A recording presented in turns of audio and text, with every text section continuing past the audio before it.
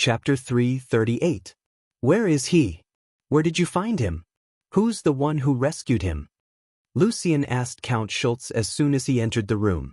Instead of answering her husband's question, Count Schultz handed over a roll of parchment to Lucien. Lucien took over the parchment in confusion. After a quick glance, his face changed greatly. What's the meaning of this?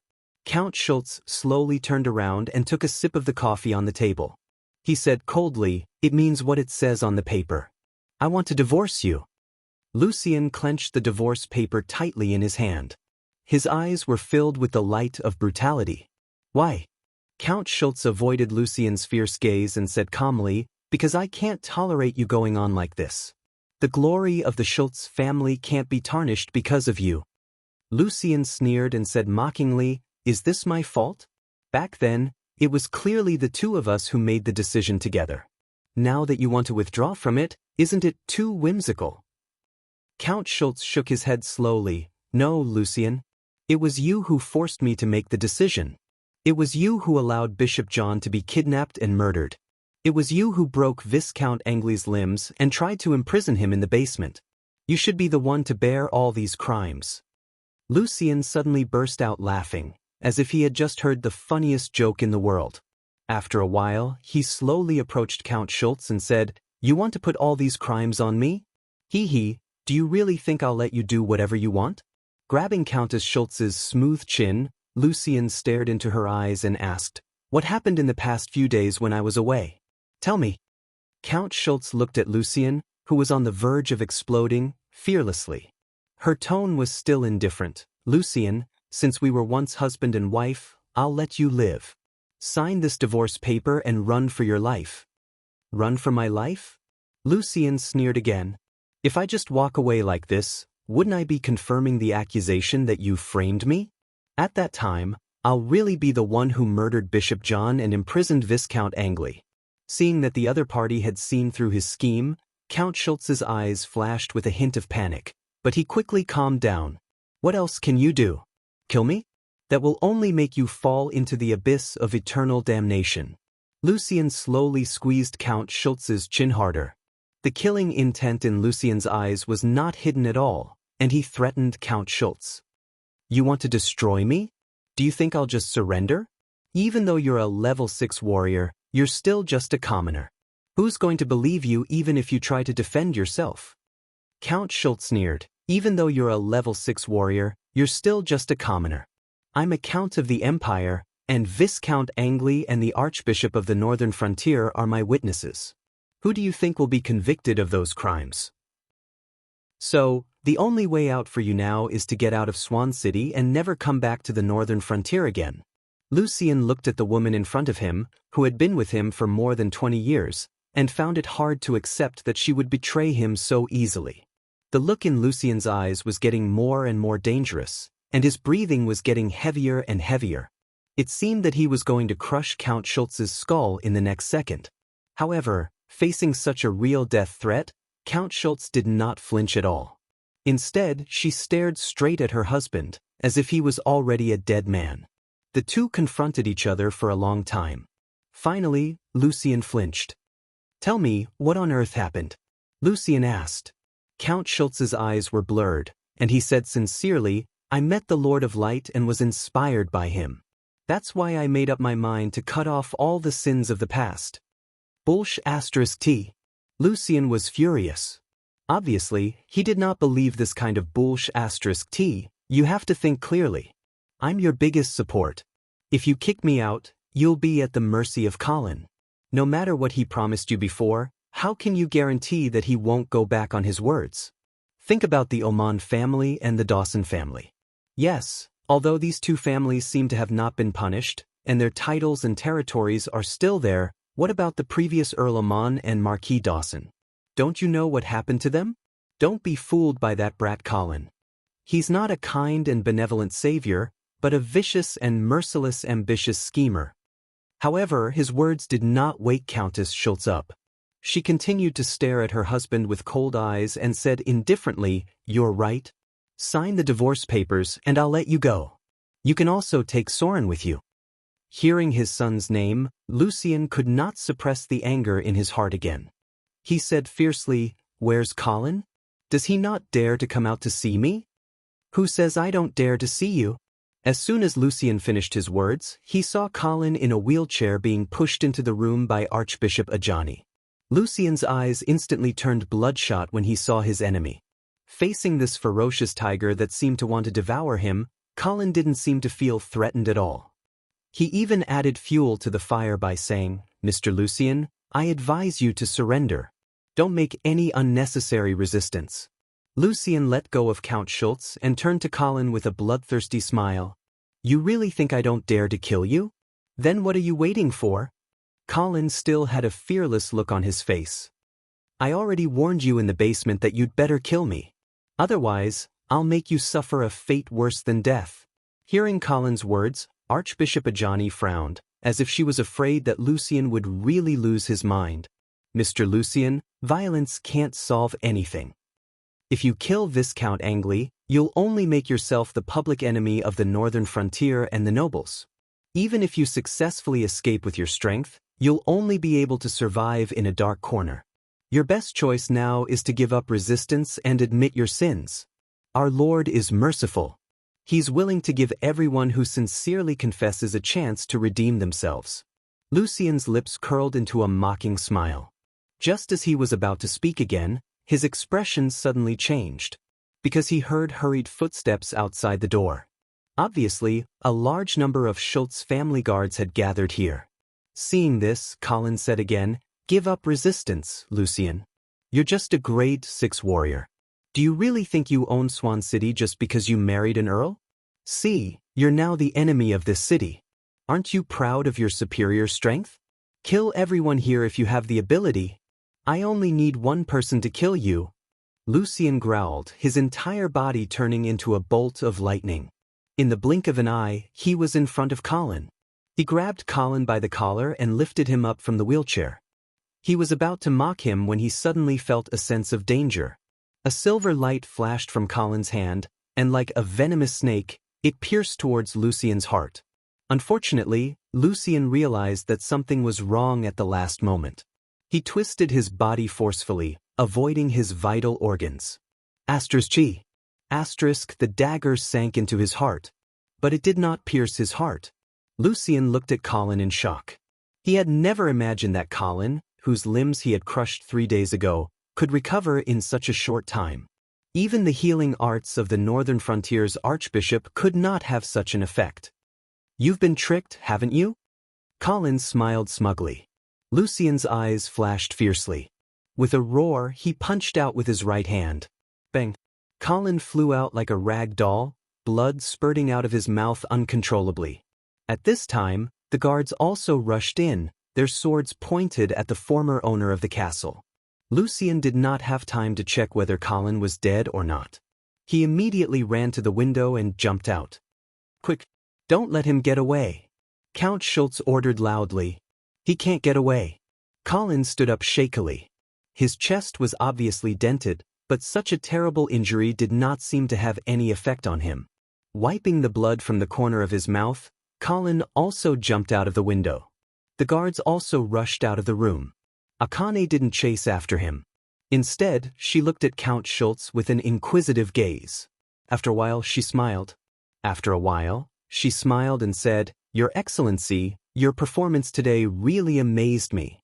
Count Schultz smiled faintly and said, "What? Archbishop, do you think I don't have the courage to face Lucien?"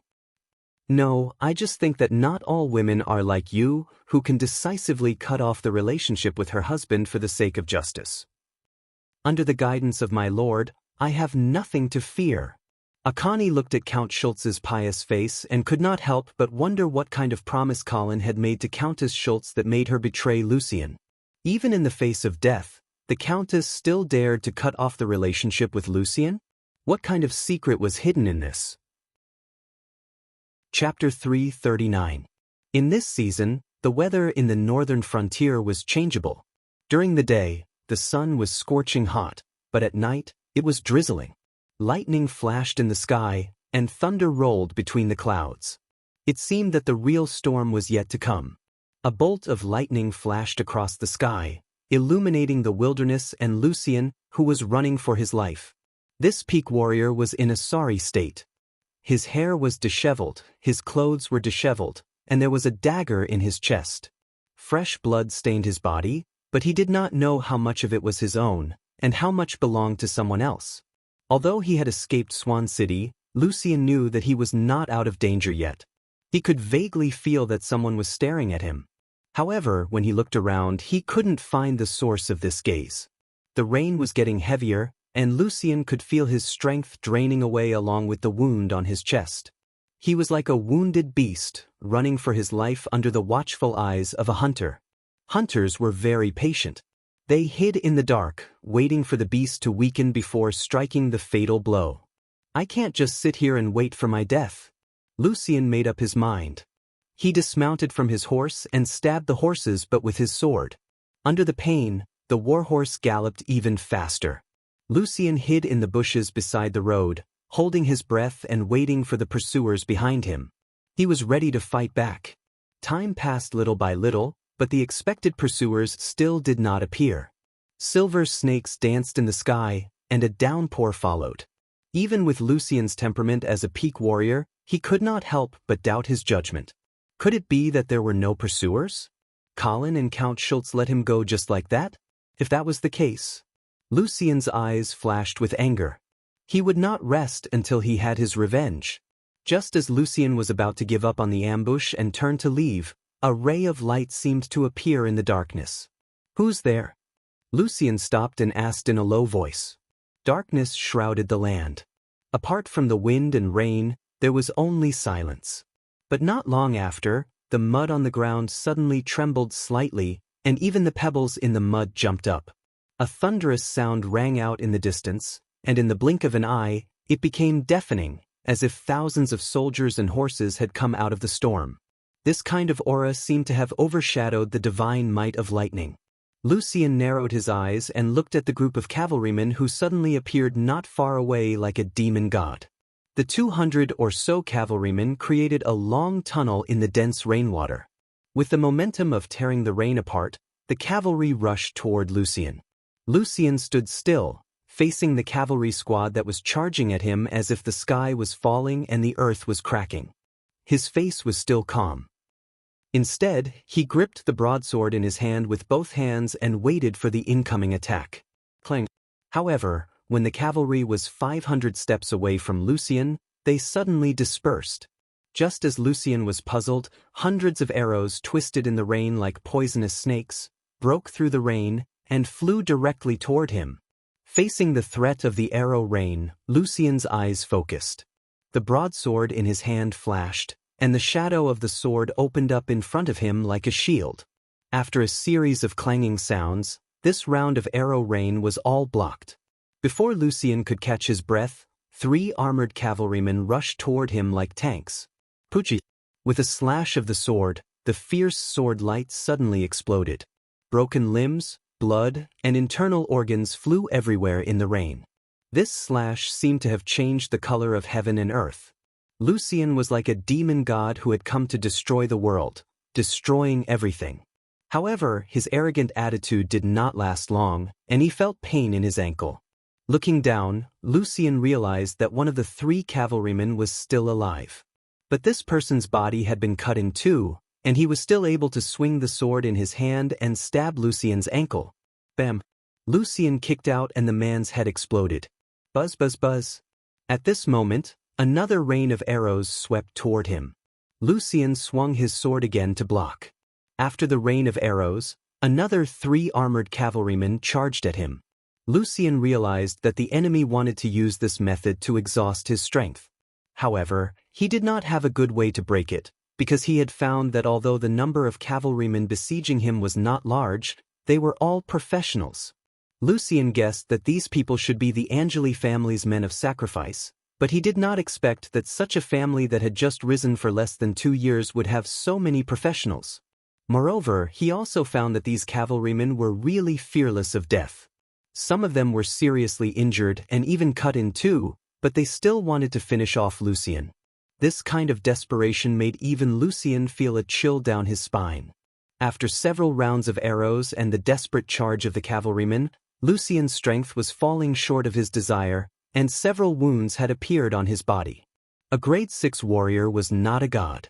First, he was ambushed by Colin, his chest was heavily injured, and then he fought his way out of Swan City.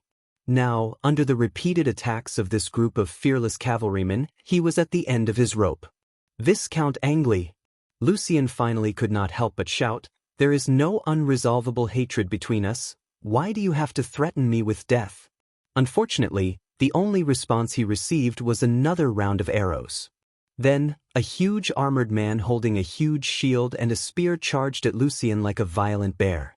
His heavy footsteps caused the earth to tremble. Lucien's eyes narrowed. Although there was only one person charging this time, and he did not have a horse, Lucien was facing a great enemy, and his expression became more serious than ever. Boom! The two collided head-on, and for a moment, the wind blew and the sound was ear-piercing. The rain that filled the sky suddenly exploded, and circles of water ripples suddenly bloomed like flowers in full bloom. A grade 5 troll warrior. The moment they clashed, Lucien discovered the identity of his opponent.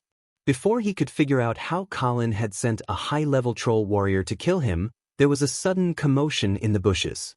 Lucien sensed danger and roared, the combat energy all over his body surging like flames. The air made a crisp sound like glass being broken, and the rain that filled the sky turned into countless fine lines, exploding in all directions.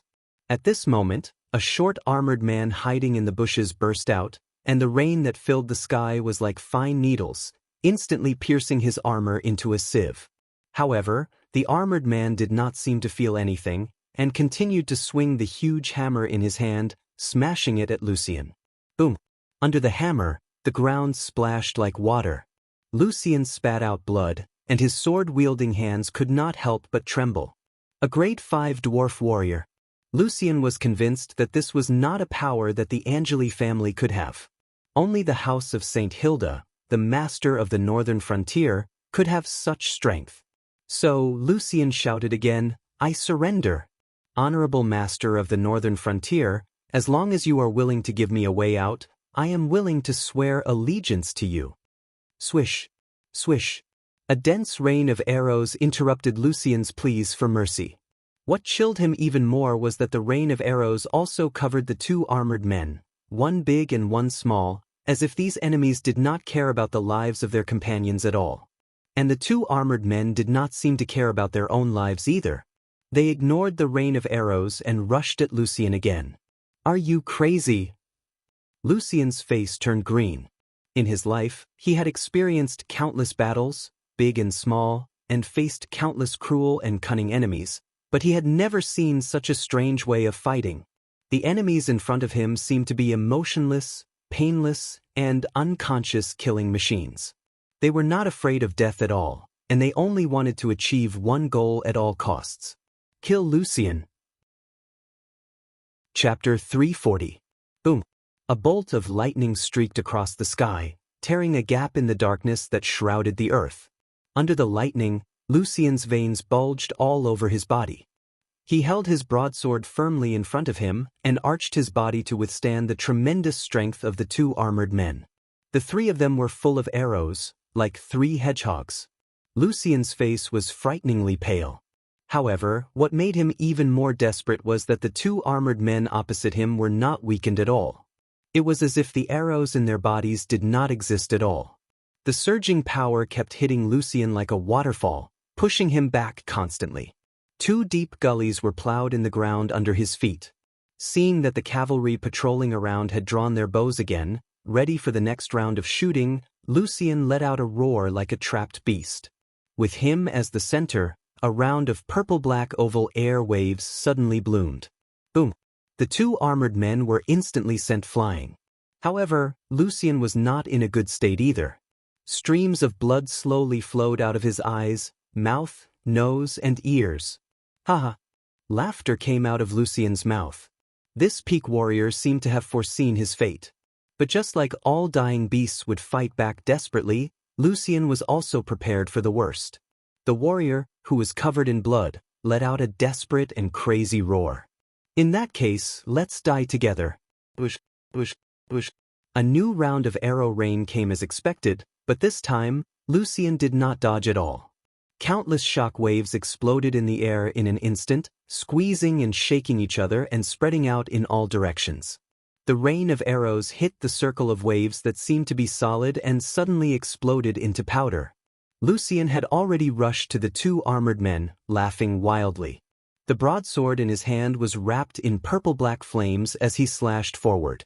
The low roar instantly scattered the thick curtain of rain, as if the space in front of him was also torn open. The two armored men opposite him were not afraid. One of them held a spear, and the other held a hammer. They met the attack head-on. Boom! In an instant, countless shockwaves exploded in the wilderness. It was as if a boulder had been thrown into a pool of water.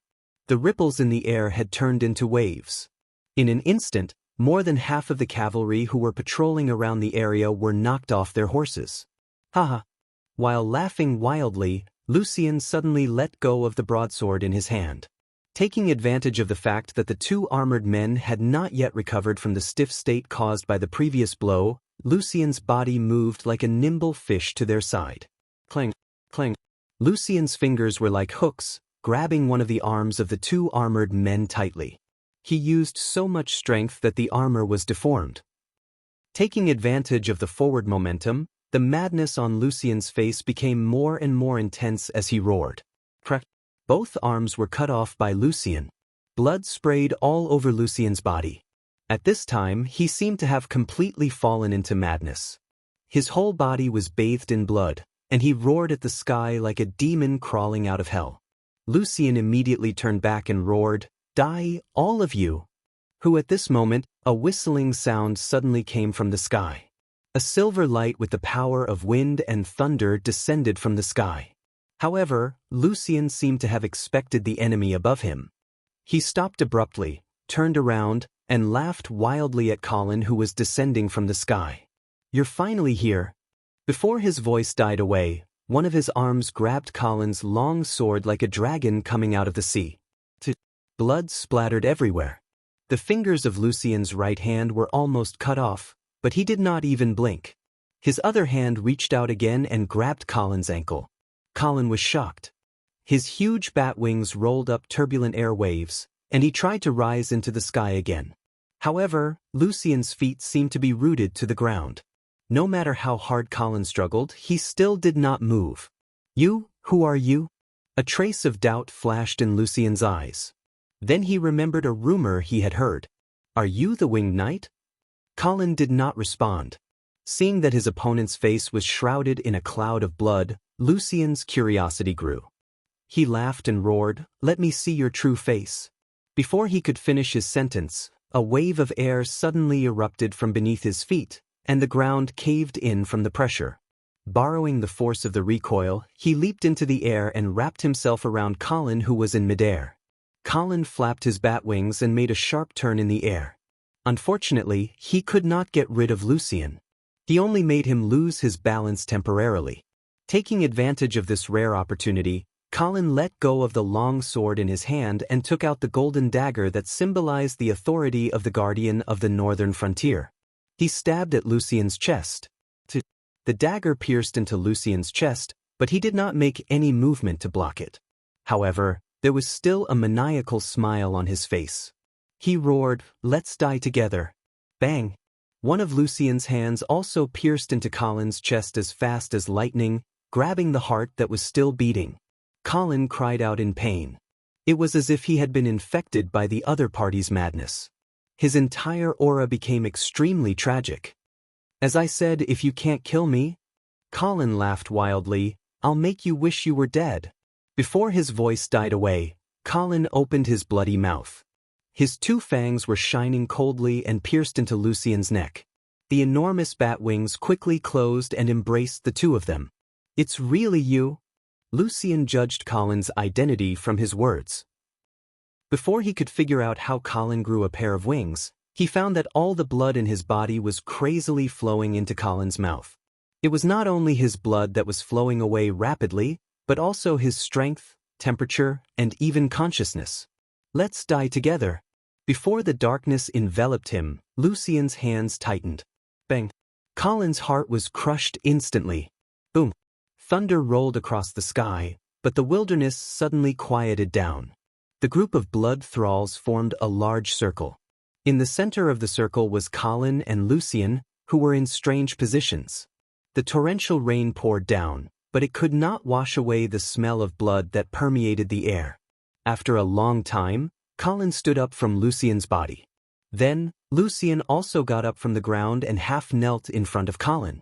The hatred and madness on his face had completely disappeared, replaced by mechanical obedience and deference. "Master!" Colin looked at Lucien kneeling in front of him and couldn't help but smile proudly. Colin's blood shadow guards had suffered heavy losses in this hunt for Lucien. Looking around, almost everyone was injured. A rough count showed that in order to ambush Lucien, a total of 28 blood thralls had died. Even the 2 rank 5 blood thralls were heavily injured. Even Colin's own heart had been crushed. Fortunately, this didn't affect him much. Colin looked at the hole in his chest and touched the edge of the wound as if nothing had happened. However, although the losses were heavy, the gains were also huge. A rank 6 blood thrall. In this way, the peak strength of the blood shadow guards would be improved qualitatively. With Lucien around, Colin would no longer have to worry about his own safety in this world as long as he did not provoke the other sanctuary powerhouses. Even that resurrected Mr. Feng, as long as he hadn't completely healed the injuries of the Holy Knight's body, Colin wouldn't be unable to retaliate with the current blood shadow guards. It was a pity that the blood of a high-level warrior couldn't help Colin advance. It had to be a high-level knight. However, with a rank 6 warrior, Colin was confident that he could capture a rank 6 knight. Once he successfully entered rank 6, in addition to his blood kindred's true form, Colin felt that he could do whatever he wanted under the sanctuary. However, a rank 6 knight was much more difficult to capture than a rank 6 warrior. Moreover, such a high-level knight had to be a noble with a high status. The difficulty of capturing one was on a completely different level compared to Lucien's. Currently, Colin only knew of 2 rank 6 knights, Emperor Reinhardt and the Duke of St. Prospero of the Eastern region. Which one should he capture? Colin rubbed his chin and fell into deep thought. But soon he couldn't help but laugh and shake his head. He felt that he was biting off more than he could chew. Obviously, these 2 people were not people that he could deal with now. It was better to solve the problem at hand first. Thinking of this, Colin flapped his bat wings and soared into the sky, flying towards Swan City. Chapter 341. Swan City, Radiance Church. In the spacious prayer hall, Archbishop Ajani was leading the believers in prayer according to the requirements of the ceremony. Today was Sunday, and according to the customs of the church, all believers were required to perform morning prayers on this day. Of course, no matter how big the prayer hall was, it could not accommodate all the residents of Swan City. Those who could stand in the hall were basically the nobles of Swan City. As for the commoners, they could only squeeze in the square outside the church, on the streets, and even in front of their houses. As the prayer deepened, the white crystal scepter in Ajani's hand gradually glowed with platinum holy light, reflecting the radiance of the morning sun. It filled the entire prayer hall and continued to spread, coating the entire Swan City with a layer of holy light. At this moment, Swan City showed its most sacred side. Under the illumination of such a divine miracle, hundreds of thousands of believers knelt on one knee, their hands clasped together as they praised the Almighty Lord of Radiance in unison. Praise the Lord! May your light last forever and illuminate the way forward for us. After the ceremony, everyone stood up under Archbishop Ajani's lead. They collected their emotions and began a new day. The nobles in the prayer hall left one after another. Only Count Schultz was left behind by Archbishop Ajani. Count, is Viscount Angley not back yet? Count Schultz shook his head. Not yet. I've already sent someone to look for him. I believe he'll be back soon, no need to look for him. I'm already back. As soon as he finished speaking, Colin strode into the prayer hall and said with a smile, I'm sorry, Your Excellency. I came back late and didn't make it in time for Sunday morning prayers. Ajani smiled, indicating that he did not need to worry. She then asked curiously, Did you catch him? Colin shrugged and said helplessly, "Sigh, we still let him escape." Ajani nodded doubtfully. "If a grade 6 warrior wants to escape, it's hard to stop him. But you don't need to worry. I've already reported this to Imperial Dragon City. His Holiness the Pope will send holy knights to capture him." Colin nodded. He did not want to talk too much about this and prepared to leave. Seeing this, Akani tried to persuade him to stay. "Viscount Angli, can you stay for a while?" Hearing this, Colin suppressed the doubts in his heart and nodded. "Okay." Seeing this, Count Schultz bowed and said, "Lord Guardian, Your Excellency, I'll take my leave first." "All right." Looking at Count Schultz's departing figure, Akani suddenly smiled and said, "Sir Viscounts, Count Schultz's attitude towards you is really respectful." Colin said calmly, "I'm now the guardian of the northern frontier personally conferred by His Majesty. Isn't her attitude natural?" Akani looked at Colin with a meaningful gaze. "So that's how it is."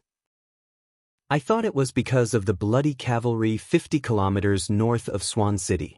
Colin's pupils shrank slightly, and he asked in surprise, "You even know this?" Akani blinked her eyes and said in a playful tone, "Yes, a pious bird told me." That was right. When Colin realized that Count Schultz might be up to no good, he had already informed the bloody cavalry to come to Swan City. According to Colin's plan, if Count Schultz, who had been turned into a blood descendant, could not stand his ground under the pressure of Lucien and chose to betray him, then Colin would activate Plan B and ask the bloody cavalry to take care of everything. Fortunately, Count Schultz did not let Colin down. In this case, Colin did not have to be so cruel as to wipe out Swan Castle. However, he did not expect that Akani would know about the bloody cavalry hiding outside the city. Of course, Colin did not believe that a pious bird had revealed the traces of the bloody cavalry. It must have been the believers who reported to the church. To be honest, Colin had always admired and envied the church's intelligence ability. Of course, he was also afraid of it. However, this also made Colin realize a problem.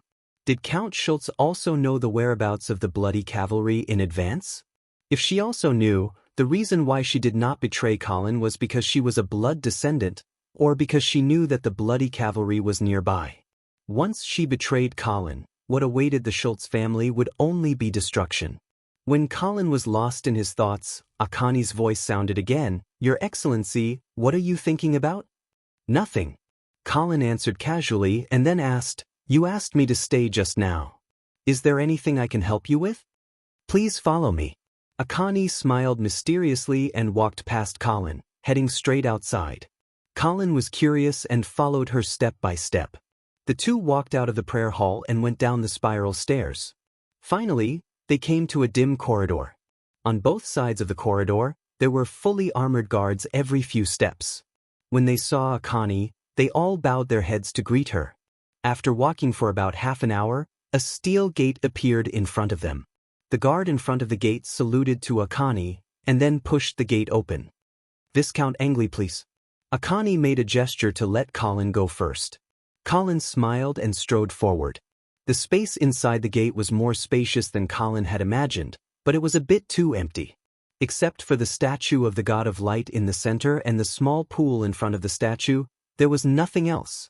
He could not help but wonder why such a large space was dug out just to put these two things. Looking around, Colin did not see any light source, but the whole space was full of holy light, and there was no place for darkness to hide. Bang! After Akani came in, the iron gate was closed again. Colin turned around and asked, "Where is this place?" Akani did not answer. Her eyes were a bit blurred, as if she did not hear Colin's question. She just walked slowly toward the statue. Colin furrowed his brows and followed him.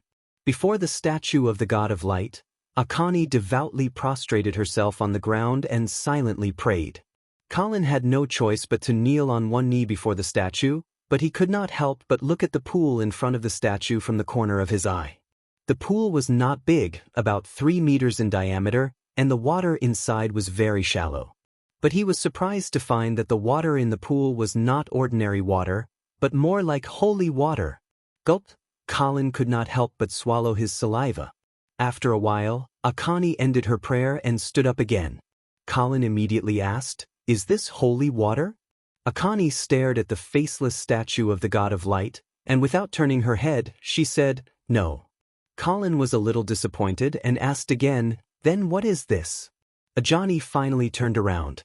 Her gaze was filled with an indescribable meaning as she said softly, "This is the accumulated power of faith."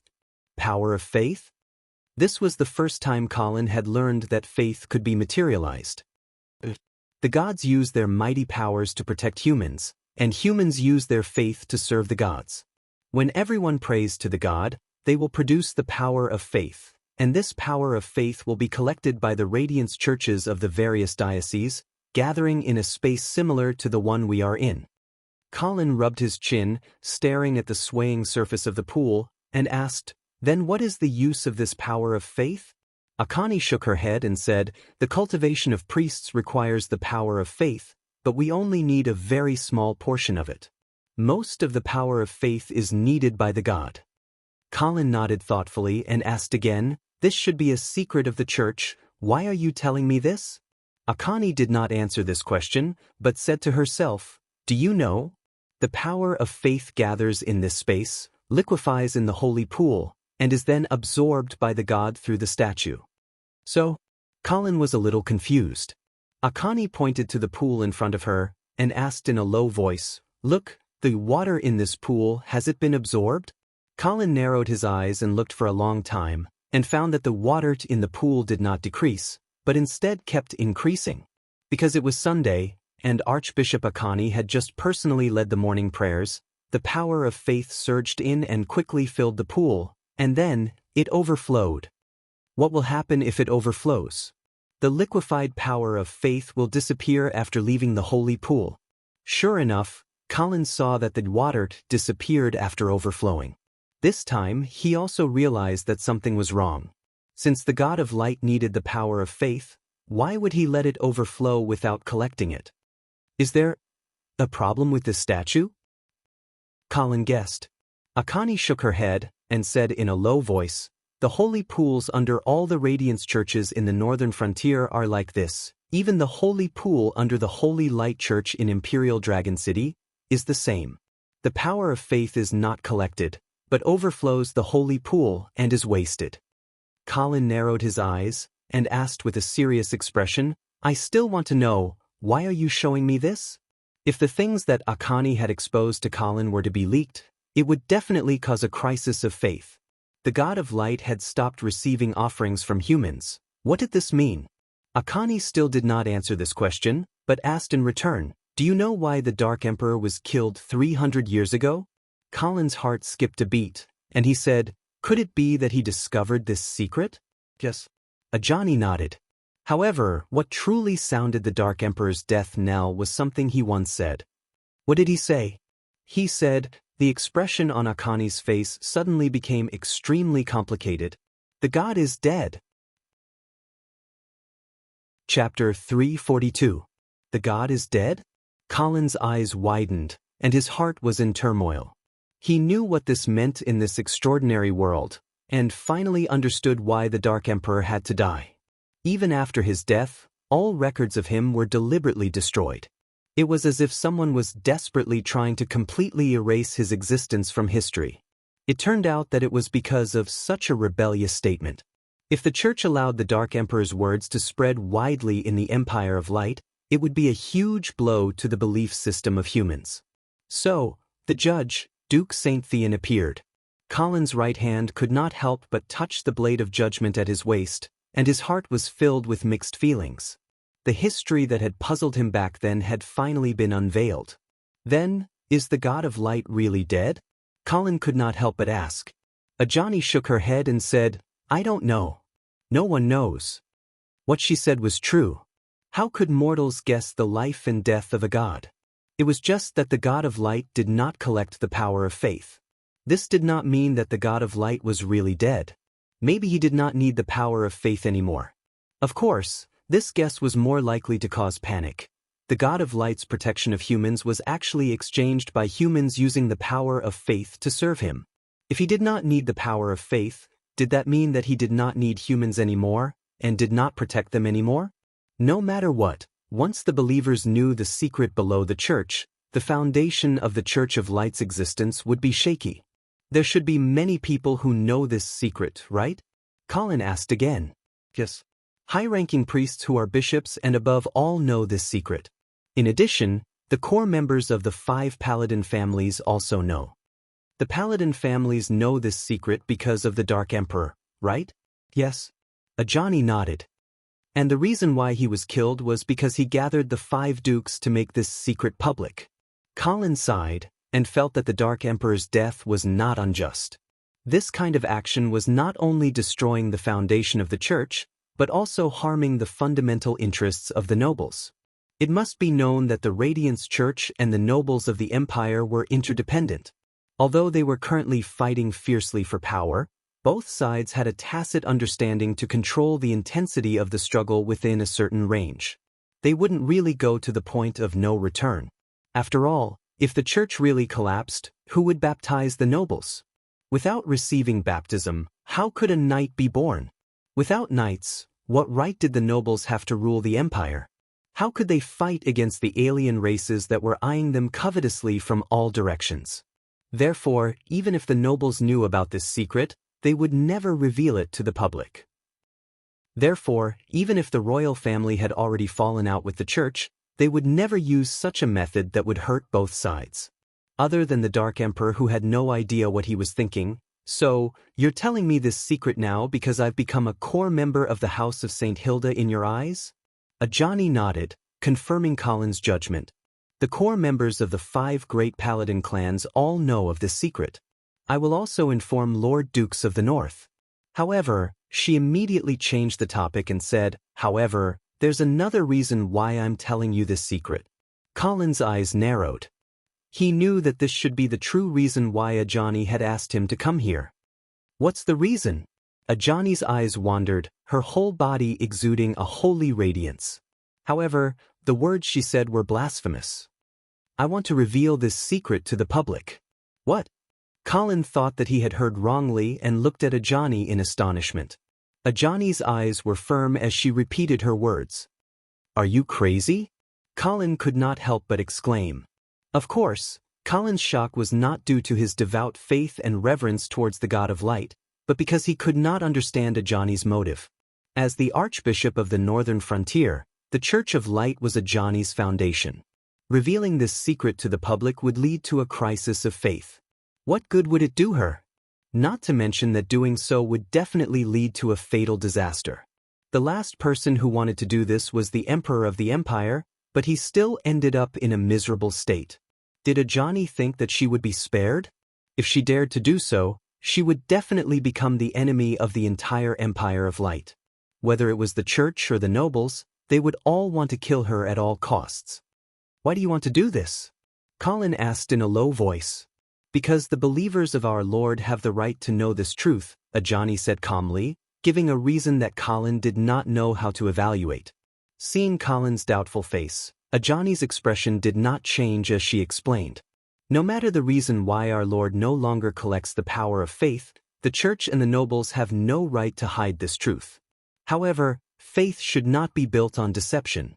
I understand that they are all worried that this truth will cause panic and even a crisis of faith. However, if some people's faith is shaken because of this, then they are not worthy of being believers of our Lord. Moreover, isn't this a test that our Lord has for us?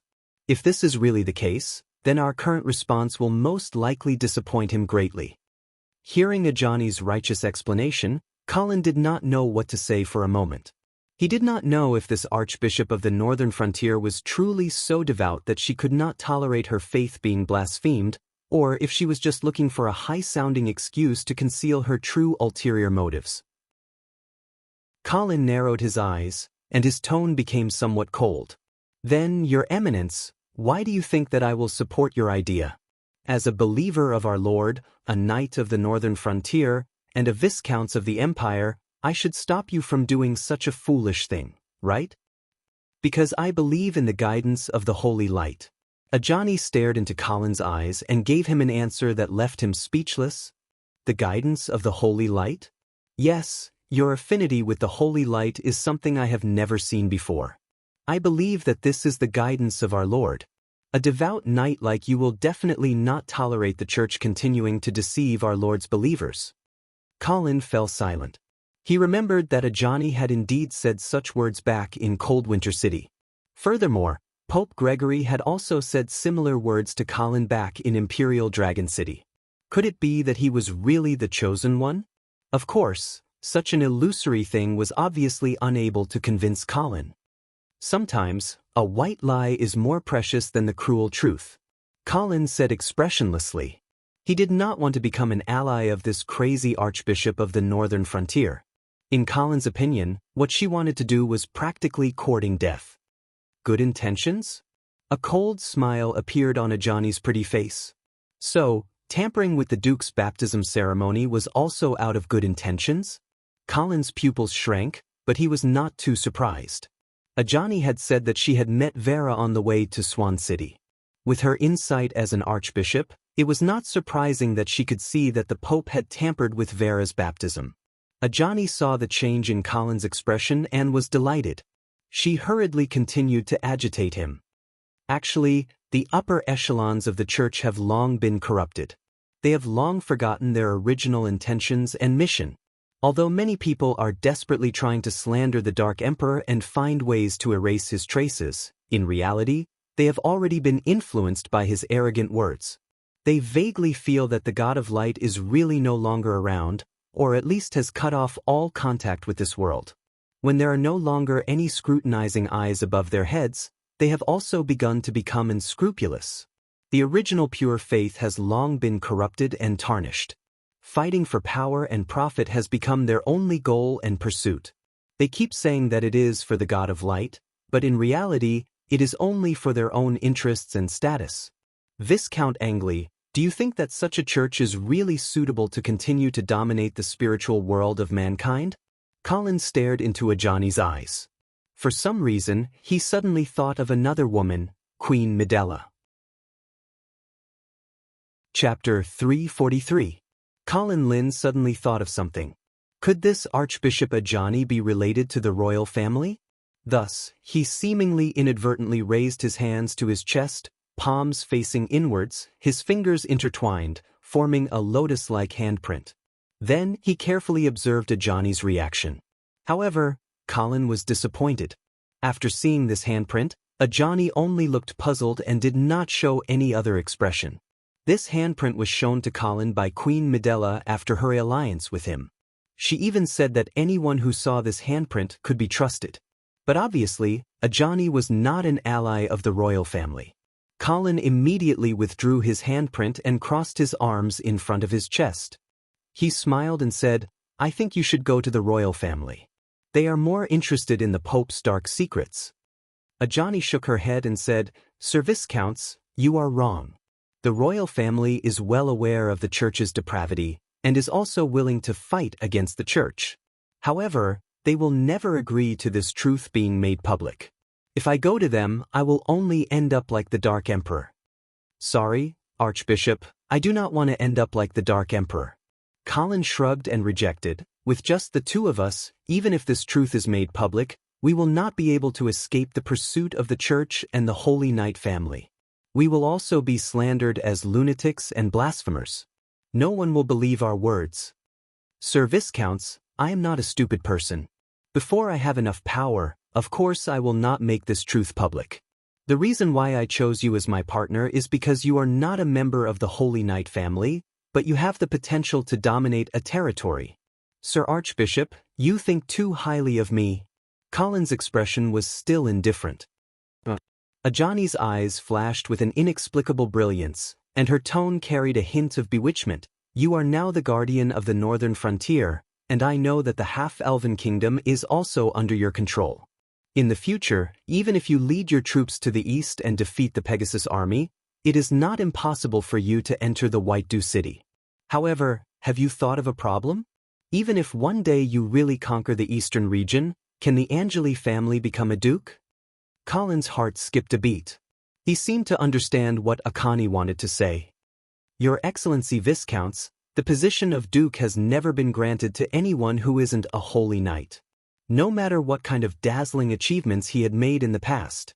I know your talent is amazing, and you're already a 5th grade knight at such a young age, but do you think you can become a holy knight? Colin did not answer. However, he felt that if he could drink the blood of a holy knight, he might be able to step into the sanctuary realm.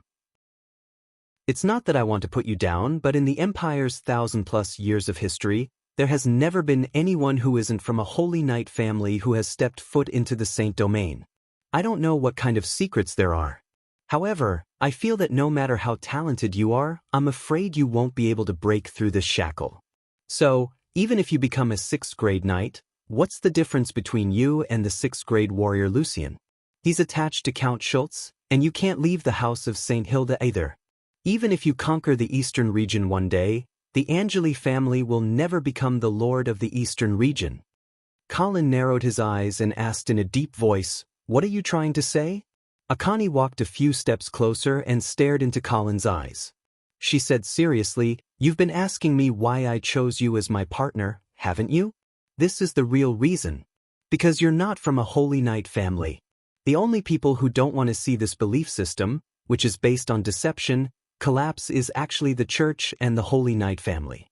That's why they work together to hide the truth, to prevent a crisis of faith from happening. However, as a descendant of a holy knight family, Viscount Angley, even if a crisis of faith happens, and the belief system of the Church of Light collapses, is it really a bad thing for you? Without the power of faith, there would be no priests. Without priests, there would be no new knights, and naturally, there would be no more holy knights. Without holy knights, how can the royal family and the 4 great families stand at the top of the empire?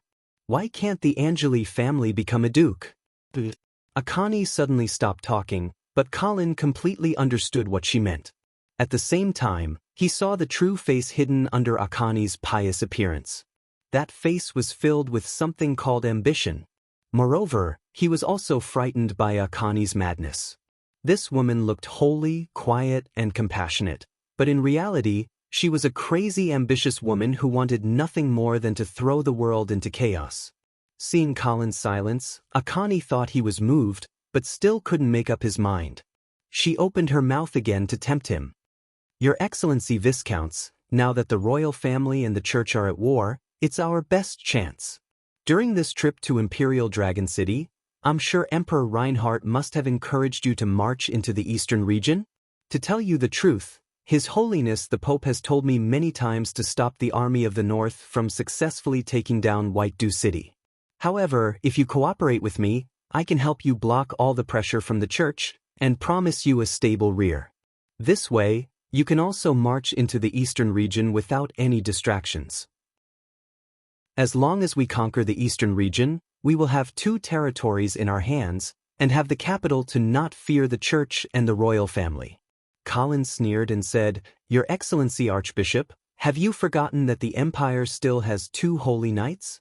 Will they sit and watch us shake the foundation of the entire knight system?" Akani said confidently, "Your Excellency Viscounts, have you forgotten that the eastern region also has a force that can resist the holy knights?" "Yevel?" Colin's face changed and he suddenly realized something and immediately said, "So you are with Mr. Yevel?" Akani suddenly smiled. Her beautiful face was like a peach blossom in full bloom. "Your Excellency Viscounts, do you have confidence in our plan now?" Obviously, Akani had tacitly agreed with Colin's guess. Colin lowered his head, various thoughts running through his mind. He did not expect that the haunting Mr. Yevel had already quietly extended his hand into the church, and had even bribed a high-ranking person like the Archbishop of the Northern Frontier. No wonder he dared to kidnap the Archbishop of Swan City, and even brazenly kill him, and was not afraid of the church's revenge. Akani would definitely cover for him, and help him get through the weakest period. And now they had actually set their sights on Colin, and wanted to rope in the actual controller of the Northern Frontier. It had to be said that Colin was somewhat moved. He suddenly realized that this was indeed a good opportunity. Originally, Colin was caught between the royal family and the church. Both sides were trying to rope him in, but both wanted him to be a sharp sword in their hands. Now that a third party was added to the mix, Colin's options were greater. The space for him to maneuver was also wider. At the very least, if Akani and Colin reached a secret agreement, he would not have to worry about the church causing trouble on the northern frontier when he was advancing into the eastern region and dragging him down. Of course, Colin was still very wary of Mr. G and Ajani. The two of them were not good people. They had taken a fancy to Colin only because they wanted him to be their tool. "May I ask if I can meet Mr. Yevil?" Colin probed. Akani was somewhat hesitant, but still nodded. "I will convey your intentions to Mr. Yevil, but you must know that Prince Lacey is currently at the northern frontier and is pursuing him relentlessly. It is not convenient for Mr. Yevil to show himself, so I may not be able to arrange a meeting with you in the near future." "I understand." Colin smiled faintly, but did not say much. He knew that he had not really gained the other party's trust. "By the way, can you help to remove the divine spell that Vera is under?" Akani shook her head. "I am sorry, Your Excellency Viscounts, that is a divine spell cast by the Pope himself, and only he can remove it. But you don't have to worry. With me at the northern frontier, the church will not be a hindrance to you. I will also not use the Duke to cause trouble for you." "That's good." Colin nodded. In fact, this was the biggest reason why he was willing to cooperate with Akani. As for how their relationship would develop in the future, and whether or not they would fall out, that would have to wait until the future. Colin was confident that by that time, he would have the confidence to confront the other party directly. "I look forward to working with you." Akani stretched out her small white hand and smiled. Colin also shook the other party's hand and smiled brightly. "I look forward to working with you." Chapter 344. Leaving the Radiance Church, Colin strolled back to Swan Castle alone. He learned from the butler that Count Schultz had just gone out to inspect the territory. Colin did not mind. The Countess had just experienced Lucien's rebellion, and she needed to quickly pacify the people and deal with the remnants of Lucien's forces. After losing Lucien, the Schultz family could only rely on Colin if they wanted to maintain their status in the northern frontier. He believed that the rest of the Schultz family would also understand this and make the right choice. When night fell, Colin finished his dinner and was about to take a bath with the help of the maids. The butler came to report that Count Schultz had returned to Swan Castle. "Got it. I'll go see the Count after my bath." Colin submerged his body in the hot water of a suitable temperature, admiring the various exquisite decorations in the bathroom as he recalled what Archbishop Ajani had told him during the day. He had to admit that Colin really admired Mr. Mao from the House of St. Thean. It seemed that Mr. Mao could surprise him every time. Of course, it could also be a shock. Colin was very curious about how Mr. Mao had persuaded Ajani to rebel. As the youngest Archbishop of the Radiance Empire and highly regarded by the Pope, Ajani could be said to have a bright future. It was almost certain that she would become a cardinal in the future. She could even become the first female pope in the history of the Radiance Empire. So, how did Mr. Mao persuade Ajani to give up such a bright future and choose an extremely dangerous path of rebellion? Colin could not figure it out. However, Colin did not have a bad impression of Mr. Mao. Although they had always been on opposite sides, Mr. Mao had not caused any substantial damage to Colin. Of course, this was also because Colin had never been Mr. Mao's main target. After all, Colin was just a small figure before, and was not worthy of Mr. Mao's special attention. Now that he had become the guardian of the northern frontier, Colin was qualified to be targeted. However, he did not expect Mr. Chong to choose to rope him in. Colin could also guess that the reason the other party deliberately left Bishop John's body in the basement of Swan Castle was to use the Schultz family to get rid of Colin. However, he did not expect that Colin would expel Lucien from Swan City and successfully control Count Schultz. In addition, Mr. Chong should be at his weakest right now. Seeing that Colin was not a simple character that was easy to deal with, he had no choice but to change his strategy and rope him in. Of course, Colin was also extremely wary of Mr. Fong. He knew that if Mr. Fong successfully survived this period of weakness, there would be a question mark as to whether he could continue to tolerate the northern frontier being controlled by Colin. Therefore, Colin knew that he had to seize the time when Mr. Chang was recovering and work hard to strengthen his own power and influence. In this way, no matter how the future of the Empire of Light changed, Colin would have the ability to protect himself. While thinking, Colin heard light footsteps approaching. He did not pay much attention, thinking that it was a maid who came to add water. But then, a snow-white and delicate foot reached into the water, followed by a white and slender leg.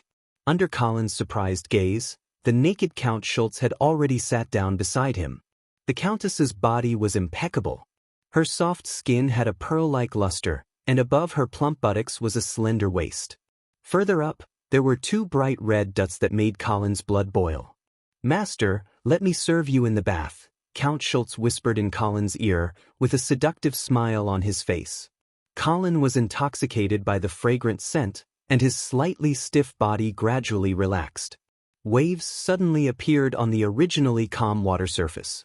The first rays of the morning sun shone on the mirror-like surface of Swan Lake. Thousands of rays of light that looked like fragmented rainbows were projected on the mirror-like surface of the lake. Colin stood on the balcony of the highest floor of Swan Castle, looking at the beautiful scenery in front of him that was somewhat unreal. He felt unprecedentedly satisfied. He took a deep breath, and his nose was filled with dew and the fragrance of flowers and plants. Suddenly, a series of familiar footsteps came from behind him. Colin turned around and saw Count Schultz walking over with enchanting steps. After a night, the Countess, who was already beautiful, looked even more gorgeous. She was only wearing a thin silk dress with a low-cut, corset, and backless design that vividly showed off her beautiful body curves and lustrous and smooth skin. As she walked, two snow-white and slender legs were faintly discernible under the open-necked dress, like a blooming iris flower. "Good morning, master." Count Schultz's charming smile made Colin's heart skip a beat. He touched the tip of his nose and smiled. "You can still call me by my old name." "Yes, Sir Viscounts." Count Schultz changed the way he addressed Lucien, but his attitude did not change at all. After a night of deep communication, Colin also knew that Countess Schultz was actually a woman who did not have many opinions of her own. Her weak personality was actually not suitable to be a lord. That was why she chose to marry Lucien, and now she did not hesitate to rely on Colin. However, such a personality was indeed more convenient for Colin to control. The ambiguous past between you and Marquis Garcia was also made up to pretend to be Vera's birth mother, right? Countess Schultz's white cheeks blushed. "However, the Duke of St. Hilda did want to set me up with Marquis Garcia, but Marquis Garcia did not want to give up the command of the Black Cavalry and Marquis Garcia's importance in the northern frontier, so the Duke of St. Hilda gave up." "Then why did you betray the Duke of St. Hilda in Icestone City?" "Actually, I had no choice at that time. Among the 200,000 soldiers that Marquis Charles sacrificed, there was one of the most elite soldiers of the Schultz family. After learning about this, the family complained about it. I was also very dissatisfied with the Duke of St. Hilda, so I followed the lords of the northern frontier to force the Duke to give us an explanation." Colin nodded and asked, "How many soldiers does the Schultz family have now?" Countess Schultz tucked her hair behind her ear and said, "We should be able to gather 60 to 70,000 soldiers. Reorganize this army. I may need to conscript them at any time." "Yes. I will return to Coldwinter City tomorrow. If you need any help, let me know as soon as possible." "You are leaving so soon?" Countess Schultz asked in surprise. Her beautiful face was full of reluctance. Colin reached out and pulled the Countess into his arms. He wrapped his arms around her supple waist and said gently, "I can't relax now. I have to race against time." "Why are you in such a hurry?"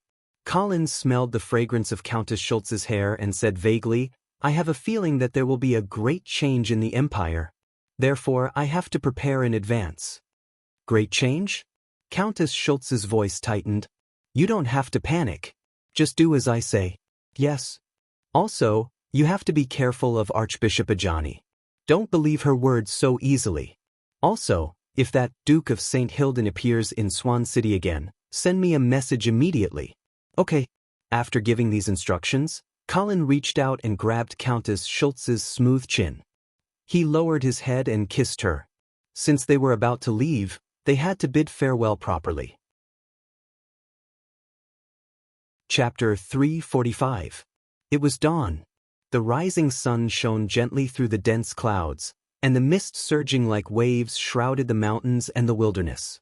A caravan of merchants was treading on the morning dew, traveling along a small path in the forest. At the front of the caravan, a flag embroidered with tulips fluttered in the wind. After passing through a bumpy path, the axles of the carriage creaked under the jolts. The curtains of the carriage were suddenly lifted, revealing a round, chubby face. "Lord Oliver, what are your orders?" A mercenary standing guard beside the carriage asked with a smile. Oliver looked carefully at the winding path in front of him and asked with a frown, "Why did you choose this path?" "My lord, although this path is slightly more difficult to traverse, it's shorter. We'll reach Swan City in about 3 days." Oliver did not seem to be worried. He asked, "Where's your captain?" "He's right in front." The mercenary was just speaking when he saw a figure walking quickly towards him. He immediately said, "My lord, the captain is just coming over." Oliver turned his head and saw that the bearded Captain Jack had already arrived at the side of the carriage. The captain's brows were tightly knitted together, and he looked very worried. "Lord Oliver, I've just received news that something has happened in Swan City." "What?" Oliver's heart skipped a beat, and his expression changed instantly. He hurriedly asked, "What happened?" "I heard that Count Schultz's husband, Lord Lucian, murdered Bishop John, and is now being pursued by the army." "How could this be? Why would Lucian murder Bishop John?" "I don't know." "Then can we still enter Swan City?" "We should be able to. Swan City is not locked down. However, I advise you to reconsider. After all, Swan City is not peaceful now." Oliver's brows were tightly knitted together, and his chubby face was scrunched up in worry. He was in a dilemma. Seeing this, Captain Jack added, "I also heard that Viscount Angley is currently in Swan City. He was the one who exposed Lucian's crime." "Viscount Angley is also in the city?" Oliver suddenly became excited, as if the name had a strange magic power. Colonel Jack nodded, then probed, "I heard that you've dealt with the Viscounts before. Is that true?" Oliver immediately puffed out his chest. His face glowed with boundless glory as he boasted loudly. "Of course it's true. Back then, before the Viscounts inherited the title, we already knew each other. We even slept in the same tent and went to the battlefield together." Just as Oliver was about to brag about his time with Viscount Angley to the mercenary leader in front of him, the ground suddenly began to tremble slightly. "Earthquake?" Oliver asked stupidly. However, it didn't take long for the ground to shake more and more violently. Even the grass and leaves were shaking violently. Walala, it was as if spring thunder had exploded the earth, or as if a surging flood had swept over. The shattered sand and stones on the ground danced as if they had been picked up and put down by an invisible hand. Looking from the sky, it looked like boiling water. "It's the cavalry." Colonel Jack pointed to the front with a trembling finger and his voice changed. Countless black shadows instantly appeared on the horizon in front of him, filling up the space between heaven and earth. The densely packed cavalry surged forward like a tornado, crushing the rocks and withered grass on the ground into smithereens. Oliver and his party seemed to be dumbfounded. They were stunned and shivering in place. They were completely at a loss. It was impossible to run away. They could only silently pray in their hearts that this terrifying cavalry was not the enemy. "It's the blood cavalry." Not knowing who saw the blood-colored flag fluttering in the wind, someone immediately shouted. Oliver's eyes lit up when he heard that. He scrambled out of the carriage and looked at the cavalry squad galloping towards them. He shouted at the top of his lungs, "We are the Tulip Chamber of Commerce, the Tulip Chamber of Commerce. I know Sir Viscount Angley." Not long after, a blood cavalry squad came to the front of Oliver. The leading officer was sitting high on the warhorse. His sharp eyes coldly looked at Oliver through the small holes in the armor. His imposing manner made the whole caravan silent. "What's your name?" "My name is Oliver, the president of the Tulip Chamber of Commerce." "Is Viscount Angley in front?" The blood cavalry officer nodded and said, "Come with me, the Viscount wants to see you." Oliver's spirit was refreshed. He quickly ordered his men to bring a horse to pull the carriage. He moved his fat body and clumsily climbed up. The officer looked at his difficult appearance and became impatient. He stepped forward and grabbed Oliver's collar. In his exclamation, he lifted him on the back of his horse and then urged the warhorse to go in the direction of the blood cavalry. By the time Oliver arrived in front of Colin, he was almost out of breath from the jolting. Viscount Angley, after this fellow dismounted, he vomited all over the ground, and then weakly greeted Colin. Colin looked at the familiar fat face and asked the attendant to pass him a pot of water. He smiled and asked, "Oliver, I heard that you are now the president of the Tulip Chamber of Commerce?" Oliver drank the water and finally recovered. He quickly replied, "Yes, Sir Viscounts. After the death of Lady Penny, I was chosen by Count Oman to take over the Tulip Chamber of Commerce." The Count Oman that Oliver mentioned was Vala. Of course, this appointment was actually approved by Colin. He had a good impression of the fat merchant. After taking control of the Oman family through Vala, he signaled the other party to push Oliver to the position of president of the Tulip Chamber of Commerce. Later, the obedient and sensible Oliver began to clean up the remaining forces of the Tulip Chamber of Commerce under Vala's instructions. So far, the progress was said to be smooth. "You are going to Swan City, sir?" Oliver's small eyes turned and took the opportunity to ask, "I heard that the situation in Swan City is a bit chaotic now. I wonder if our trip will—" "Don't worry." Colin waved his hand and comforted. "The Schultz family has stabilized the situation. You will not have any problems going." "That's good." Oliver was relieved. He had an inexplicable trust in Colin.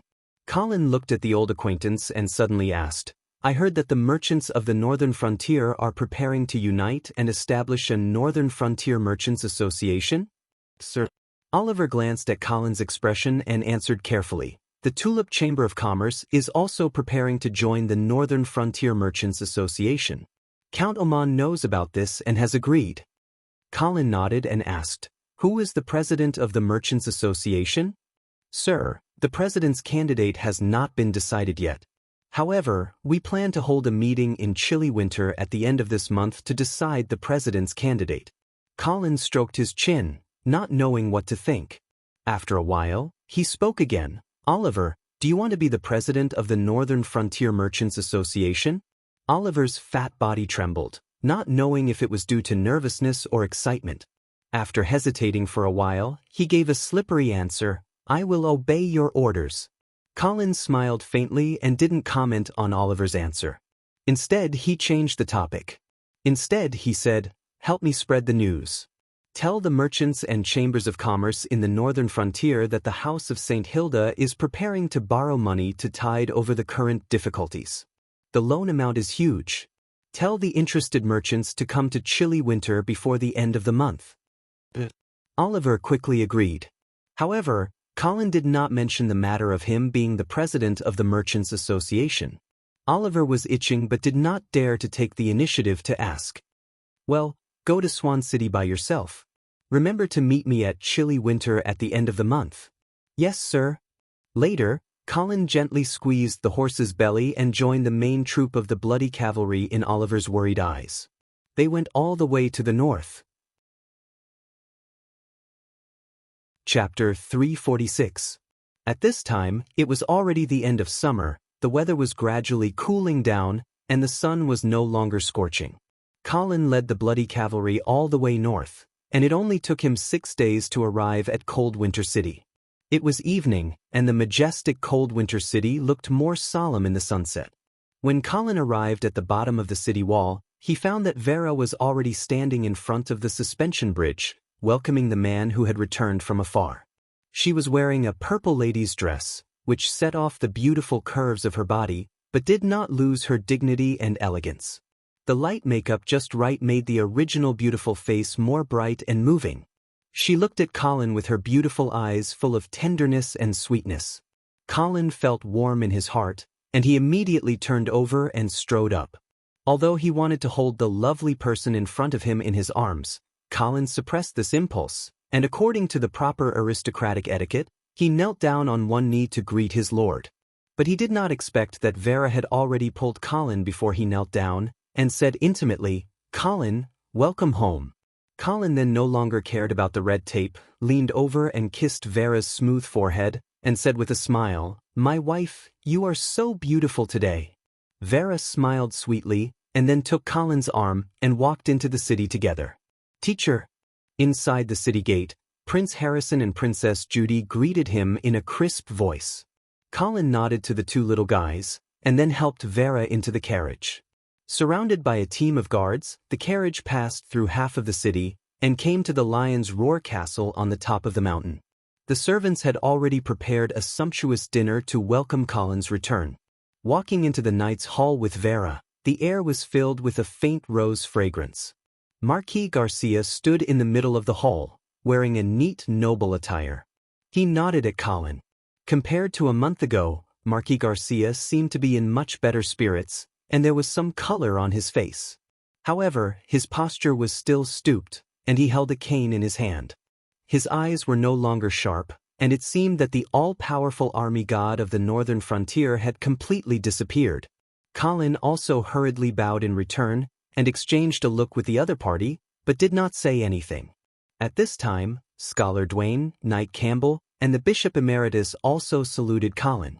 Young Master Joyce was also in the hall, but this young man was not good at hiding his emotions.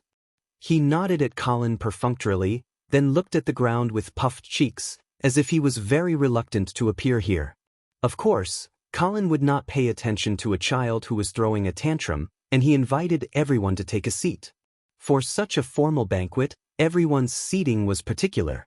Colin and Vera sat side by side at the head of the table. On the right were Marquis Garcia and the Bishop Emeritus. On the left were Prince Harrison and Princess Judy. Below them were Joyce, Scholar Dwayne, and the Knights of the House of St. Hilda. As Archbishop Agatha was still in Swan City dealing with Bishop John's funeral, the Bishop Emeritus of Coldwinter City represented the church at the banquet. Colin looked around and did not see the former Imperial Minister of Agriculture, whom he had abducted from Winterspring Town. He asked, "Why don't I see Scholar Sonny?" Scholar Dwayne smiled and said, "Scholar Sonny said that he was researching the northern frontier to prepare for the agricultural reform. Therefore, he is not in Coldwinter City now." Colin nodded and thought that Scholar Sonny was really dedicated to his work. He had just arrived and he had already started his research. He ignored him and smiled as he asked Vera to announce the start of the banquet. Vera immediately raised her golden wine glass and said, "Everyone, please drink this glass. May the glory of the God of Light bless us, and may the house of St. Hilda prosper forever." Everyone raised their wine glasses one after another and responded loudly. Colin drank the champagne in his glass and said with a smile, "Everyone, please enjoy the delicious food tonight." Everyone cheered and began to focus on the food on the table. In this world, it was a very serious matter for the feudal lord to host a banquet. There was a set of very standard etiquette.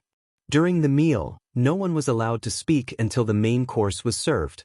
They had to knock their cutlery on the table to indicate that they were full. Only then could they chat with other people who were full. The whole process was rather boring, and the only fun was to see who ate more. In fact, this was also part of the etiquette. The more one ate, the more satisfied they were with the food prepared by the feudal lord. At the same time, they could also show their strength and bravery. The cooking skills of the House of St. Hilda were of course top-notch. There were grilled crocodile tail, oysters with white mushrooms, steamed salmon, roasted goose liver, cream salad, all kinds of delicious dishes were placed on the huge long table. Amidst the clanging sounds of the expanding knives and forks, everyone tried their best to stuff the food into their stomachs while maintaining their etiquette. The maids were like butterflies flying through flowers. With light footsteps, they kept changing the plates and refilling the wine for everyone. Although Colin did not need these ordinary foods to replenish his energy, he also began to eat when he saw that everyone had a high appetite. The maids behind him had already changed his plate 4 times. Seeing that the maids were about to change his plate for the 5th time, Colin finally knocked on his plate to indicate that he was full. Vera, who was sitting at the side, had already finished eating. She smiled and said, "Colin, you have a good appetite today." "Yes, after leaving the northern frontier for so long, I still miss the food at home." The Bishop Emeritus also knocked on his plate and put down his knife and fork. He asked, "Your Excellency, I heard that Bishop John of Swan City was killed by Lucian?" To be precise, Lucian colluded with outsiders to murder him. Next, Colin selectively recounted what had happened in Swan City to everyone. Of course, he did not mention the Duke of St. Hilda who had come back from the dead. He just used the word mysterious instead. Mr. Chang's reincarnation was too strange and difficult to explain clearly. Moreover, Colin and Mr. Chang had reached a secret agreement, so he didn't want to create unnecessary trouble and cause unnecessary trouble. Even though Colin had already hidden the most strange part, everyone was still shocked. Obviously, they did not expect that the peak warrior, the husband of Count Schultz, would do such a thing. May the light of the Lord shine on Bishop John and let his soul rest in peace. After listening to the story, the Bishop Emeritus lowered his head and prayed with a complicated expression. Looking at this scene, everyone also lowered their heads and prayed to express their condolences. Colin looked at the people who were praying with a complicated expression. If they knew that the Lord of Light could no longer hear their prayers and receive their power of faith, would they still be pious? After praying, everyone began to chat.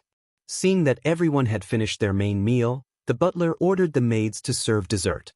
Colin and Vera shared all kinds of things they had seen and heard during their trip to Imperial Dragon City, and the atmosphere gradually became relaxed and harmonious. However, Colin noticed that Joyce had been whispering in Princess Judy's ear, making Princess Judy giggle from time to time. This made Colin's expression change slightly. He was very curious. Did Joyce really hit it off with Princess Judy, or was he deliberately trying to get close to the princess under the guidance of someone else? If it was the latter, the candles on the long table gradually burned out, and the banquet came to an end. Vera stood up and announced the end of the banquet. She then held Colin's hand and walked out of the hall. However, Colin stopped at the entrance of the Knights' Hall. After waiting for Marquis Garcia to catch up with him, he smiled at Vera and said, "You can go back first. I want to talk to the Marquis for a while." Vera smiled gently and then left. Marquis Garcia nodded at Colin and said, "Follow me to the study." Chapter 347. When Colin walked into the study, he noticed that the layout of the room had completely changed. The tables, chairs, cabinets, floors, and windows were all remade with brand new mahogany, and the entire room was filled with a faint smell of wood. A row of white crystals was inlaid on the white walls. These crystals were a special arcane material that could magnify light. Even without too many candles, the entire room was as bright as day. A huge specimen of a tiger's head was originally hanging above the fireplace. It was said that the previous Duke of St. Hilda had hunted it himself, but now it had disappeared and was replaced by a gorgeous blood rose wreath. The changes in the study seemed to imply that the owner of the castle had changed. Count Schultz is not Vera's biological mother. Fortunately, you did not fall into his trap, Marquis Garcia said. Colin nodded, and then carefully asked, "Then, Vera's biological mother is?" Marquis Garcia looked at Colin with a warning look, hesitated for a moment, and said, "You don't need to know who she is. You just need to know that she is no longer alive. So, no matter who comes forward and claims to be Vera's biological mother, it is all a lie." Colin sighed secretly, and he thought that Queen Midella had indeed lied. My goodness, they are all a bunch of actors. Fortunately, I am also one of them. Then, who knows the true identity of Vera's biological mother? Colin asked again. This was because he realized that Mr. Xing dared to let Count Schultz pretend to be Vera's biological mother, and he was confident that Marquis Garcia would not dare to expose them in public. Obviously, he knew the true identity of Vera's biological mother, and he knew that this identity should not be exposed. The question was, how did Mr. Xing find out? Colin could understand that Queen Midella knew about this matter. After all, they were brother and sister, and it was not surprising that she knew some of her brother's secrets. But Mr. Xing? Could it be that when he took over the body of the Duke of St. Hilda, he also obtained his memories? Why do you ask? Marquis Garcia looked at Colin with vigilant eyes. Colin had no choice but to tell him about how Mr. Feng might have possessed the body of the Duke of St. Hilda and how he had bewitched Count Schultz to impersonate Vera's biological mother. Of course, he did not tell her about the secret agreement he had made with a Johnny in the basement of the church. Marquis Garcia was silent for a long time, his expression constantly changing. In fact, Marquis Garcia knew that the body buried in the family tomb was not the real body of his brother. When Colin had brought him back from the eastern region, he had confessed to him. He could also understand the necessity of using a fake corpse to fool them under the circumstances at that time, so he didn't blame Colin too harshly. He only said that after Vera successfully inherited the dukedom, he would come back to the Morrison family to ask for the corpse of the previous duke. However, he did not expect that the body had already been taken over by Mr. Feng. Moreover, this kind of reincarnation was too incredible. Marquis Garcia found it difficult to accept for a while. After pondering for a long time, Marquis Garcia suddenly said, "You don't have to worry about this matter. I will personally negotiate with the Morrison family." Colin's heart skipped a beat. He immediately realized that the House of St. Hilda and the Morrison family might have some connections that he did not know about. Even the blood pool under the Morrison family's bell tower, could the House of St. Hilda be aware of it? Thinking about it carefully, the House of St. Hilda married so many noble ladies to the Morrison family. Could it be that they had other motives? Thinking that so many innocent young ladies were unknowingly used as some kind of bloody research tool by the two families, Colin could not help but feel a chill in his heart. However, he also knew that this should involve some unspeakable secrets of the House of St. Hilda. Marquis Garcia obviously did not want him to have too much contact with them. In desperation, Colin nodded and then changed the topic. He told Marquis Vera that Pope Gregory had used magic on her when she was baptized. Marquis Garcia listened quietly and fell into silence again. After a long time, he asked, "Do you know what was the biggest disagreement between Ceres and me?" Colin was stunned. He then realized that the Ceres that Marquis Garcia mentioned was the name of the previous Duke of St. Hilda.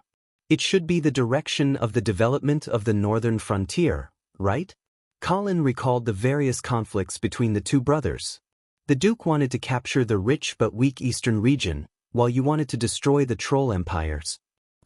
Marquis Garcia nodded and his face was full of emotion. At this time last year, when we annihilated the 300,000 troll army in the Sky Ice Field, Ceres could no longer hold back his determination to go to the east. For this reason, he did not hesitate to marry Vera to the half-elf kingdom. He wanted to take control of the key to enter the eastern region, and at the same time, he also wanted to force me to lead the Black Cavalry to the east.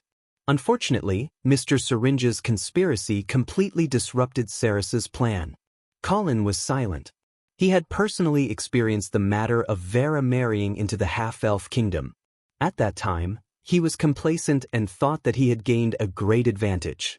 In fact, now that he thought about it, he was just an ignorant chess piece that went with the flow on the chessboard. Ceres wanted to enter the eastern region. In addition to coveting the richness of the eastern region, it was also instigated by the royal family.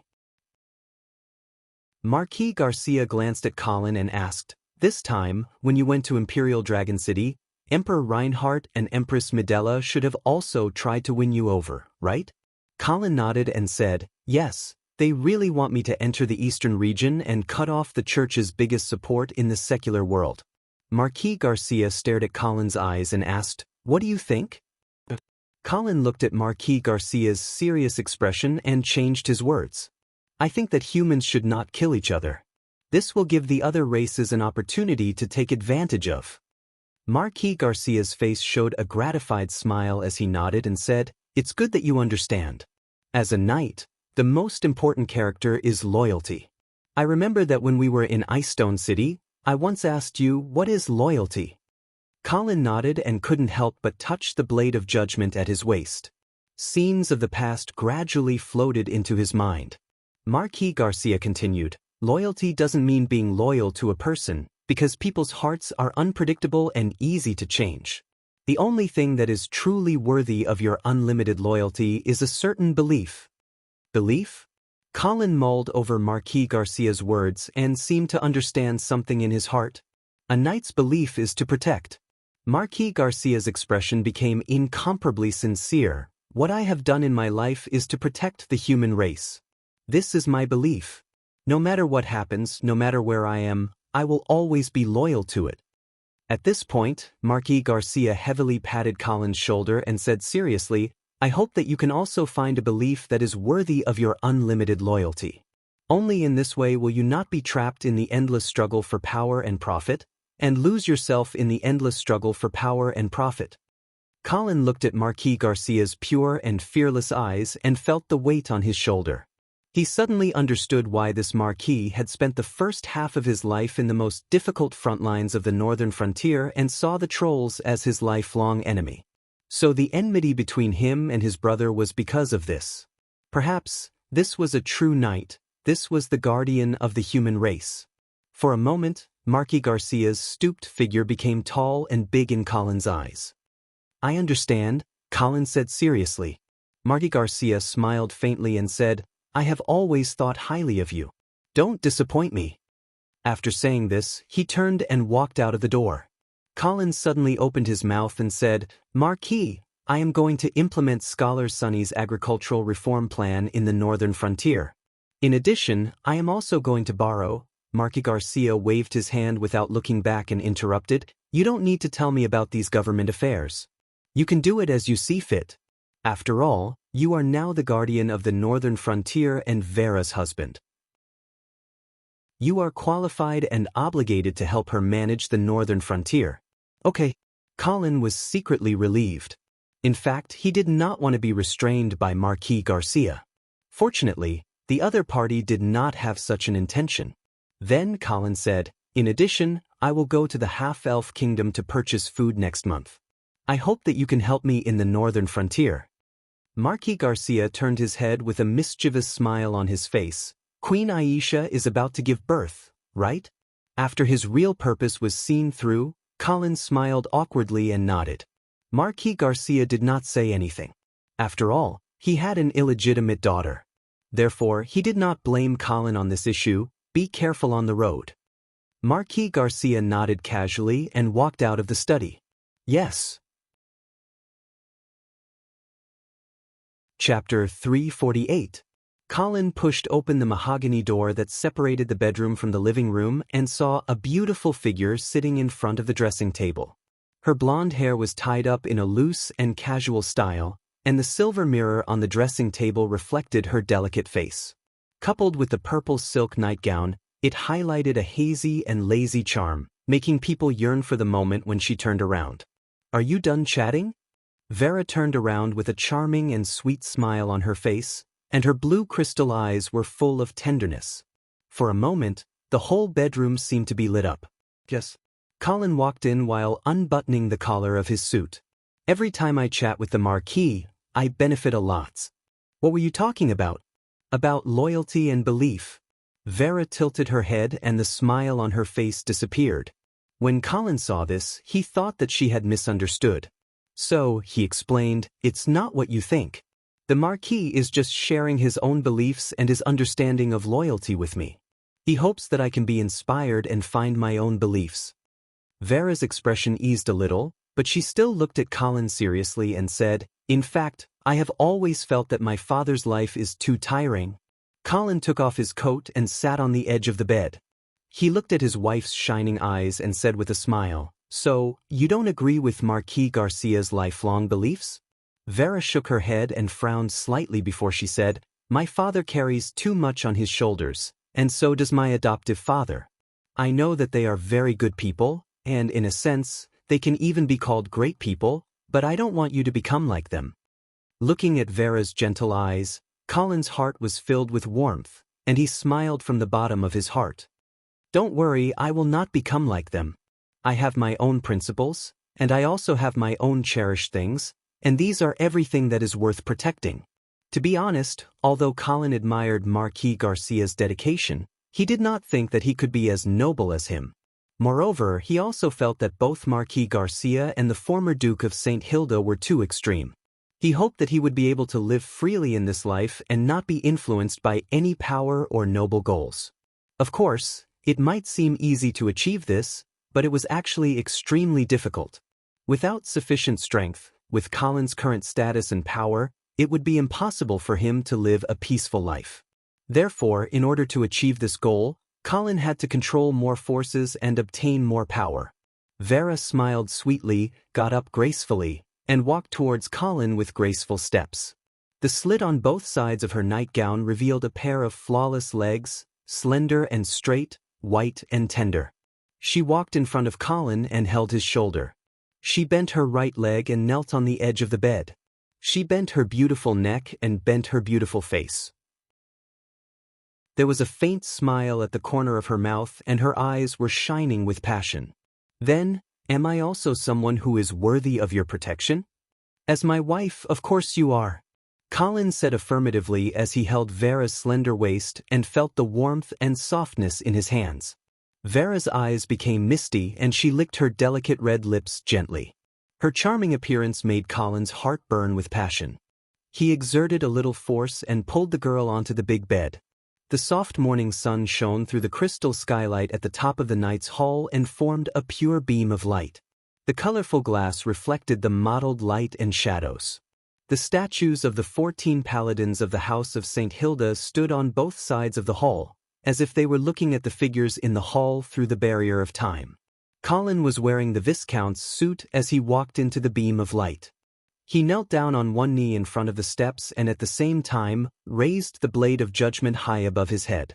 In front of him, Vera, who was also dressed up, took the blade of judgment with a solemn expression on her face.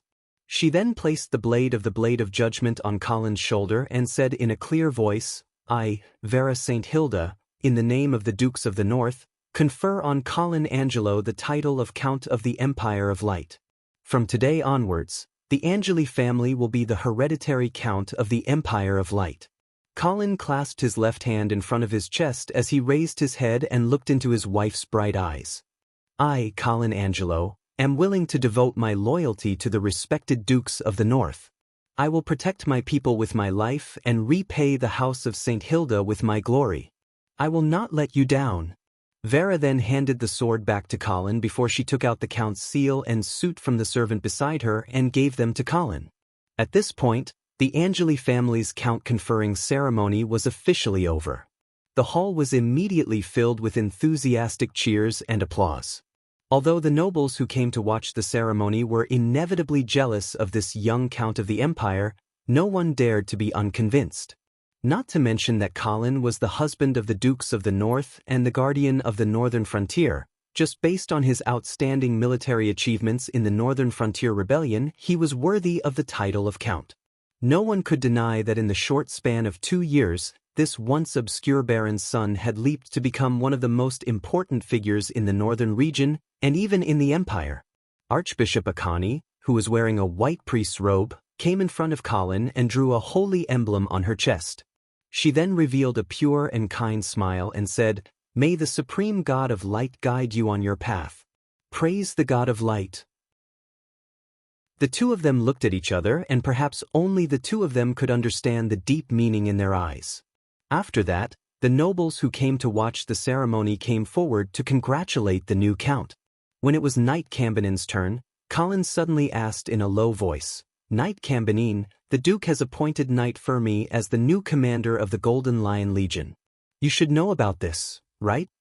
Cambenin lowered his head and said in a muffled voice, Yes, the Duke has mentioned this to me before. Then you should also understand that this is not the Duke's intention. I understand. This is the will of the royal family. The Duke does not need to feel embarrassed. I can understand. No. Colin reached out and pressed on Knight Cambenin's shoulder as he said in a deep voice, You are the one that the Duke and I truly trust. Although Knight Fermi is going to be the commander of the Golden Lion Legion, it does not mean that the Duke is relieved to hand over this important army to him. Cambenin's eyes suddenly lit up. He looked up at Colin and asked respectfully, My lord, what would you like me to do? Colin smiled faintly, taking advantage of this opportunity to appoint a new legion commander. His lordship is preparing to make a big adjustment to the officers of the Golden Lion Legion. As for how to make this adjustment, I hope you can give his lordship some suggestions. Cambenon's heart skipped a beat as he immediately understood Colin's meaning. This was clearly an opportunity for him to place his own trusted aides in the Golden Lion Legion.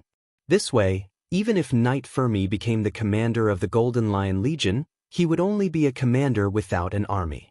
As long as all the middle and lower-ranking officers were Knight Cambenon's men, he would be the true commander of the Golden Lion Legion. After understanding this, the haze on Cambenon's face immediately disappeared. He excitedly lowered his voice and said, "Thank you, my lord, for your trust. I will draft a list for you." Colin smiled in relief and patted Knight Cambenon's shoulder again. Knight Cambenon bowed respectfully and retreated. Chapter 349. Winter City. As the most famous tavern in the east of the city, the Butter Tavern declined a large number of patrons today. Why can't we let him in when he can? At the entrance of the tavern, a young drunkard who was stopped by the waiter pointed at the guest who had just been ushered in and questioned. The waiter politely explained, "I'm really sorry, but that gentleman has an invitation." "So, your tavern is booked today?" "Yes." The drunkards immediately clamored to vent their dissatisfaction, but no one dared to rush in. As regular customers of the Butter Tavern, they all knew that the tavern had a deep background. It was said that the owner of the tavern had a close relationship with the noble in the castle at the top of the mountain. In this way, who would dare to cause trouble here? Did they not want to survive in the northern frontier? When the drunkards dispersed, the tavern welcomed two dark-skinned guests. The two of them looked similar and were obviously brothers. Moreover, this kind of dark skin showed that the two of them had been running around for a long time. Coupled with the unconcealable rich but vulgar temperament, the waiter basically judged that the two of them should be traveling merchants all year round and were most likely tonight's guests. Sure enough, one of them took out an invitation and handed it to the waiter. The waiter glanced at it and immediately respectfully opened the door. "Welcome, Mr. Oliver, Mr. Olma." The Oliver brothers immediately walked into the tavern. There were already hundreds of guests gathered inside. Looking around, Oliver found that they were all familiar faces. "Mr. Oliver." Before the two of them could familiarize themselves with the environment, a bunch of people rushed up to greet them. Oliver seemed to have expected such a scene. He immediately put on airs and put on a reserved smile to deal with the people who came forward. Oliver was actually not the organizer of this northern frontier merchant gathering, and the Tulip Chamber of Commerce was not the most powerful force in the northern frontier. Especially after the Oman family suffered a great change, the merchants who knew the ins and outs of the Tulip Chamber of Commerce were no longer optimistic about it. However, this situation suddenly took a 180-degree turn recently. The reason was simple. The merchants discovered that the unknown new president of the Tulip Chamber of Commerce, Mr. Oliver, was actually familiar with Count Angeli. In fact, there were rumors that Oliver and Count Angeli were close for a long time. But recently, Count Angeli deliberately sent a message to the merchants in the northern frontier through Oliver. Only then did everyone finally believe the rumors were true. As a result, Oliver and the Tulip Chamber of Commerce rose overnight. "Mr. Oliver, is the House of St. Hilda really planning to borrow money? How much are you going to borrow?" "Mr. Oliver, will Count Angeli go to Silver Moon City this year to purchase food?" Oliver asked. "Mr. Oliver, can we ask Count Angeli to increase the tax exemption for the giant demon empire?" Mr. Oliver, all sorts of questions came at him, and Oliver didn't know how to answer for a moment. He could only put on a polite smile on his chubby face and pretend that he didn't hear the crowd's questions clearly. He just kept shaking hands with the merchants around him and greeting them. Ding ding. In front of the bar, a middle-aged man with a big belly knocked on the goblet in his hand. He waited for everyone to focus on him before he said in a clear voice, "Everyone, your enthusiasm is scaring Mr. Oliver, so please restrain yourself." Only then did the crowd around Oliver disperse with a smile. To be able to make so many merchants so obedient, this middle-aged man obviously had an extraordinary identity. "Mr. Arnold." Oliver took a few quick steps to the front of the bar and shook hands with the man. "Thank you for inviting us to this event." This Mr. Arnold was the organizer of this merchant gathering and the owner of this butter bar. Of course, his more prominent identity was the president of the Northern Wind Chamber of Commerce. This Northern Wind Chamber of Commerce had always had a close relationship with the House of St. Hilda. There were even rumors that this Chamber of Commerce was actually funded and established by the House of St. Hilda. Arnold was just a white glove that was pushed to the front of the stage.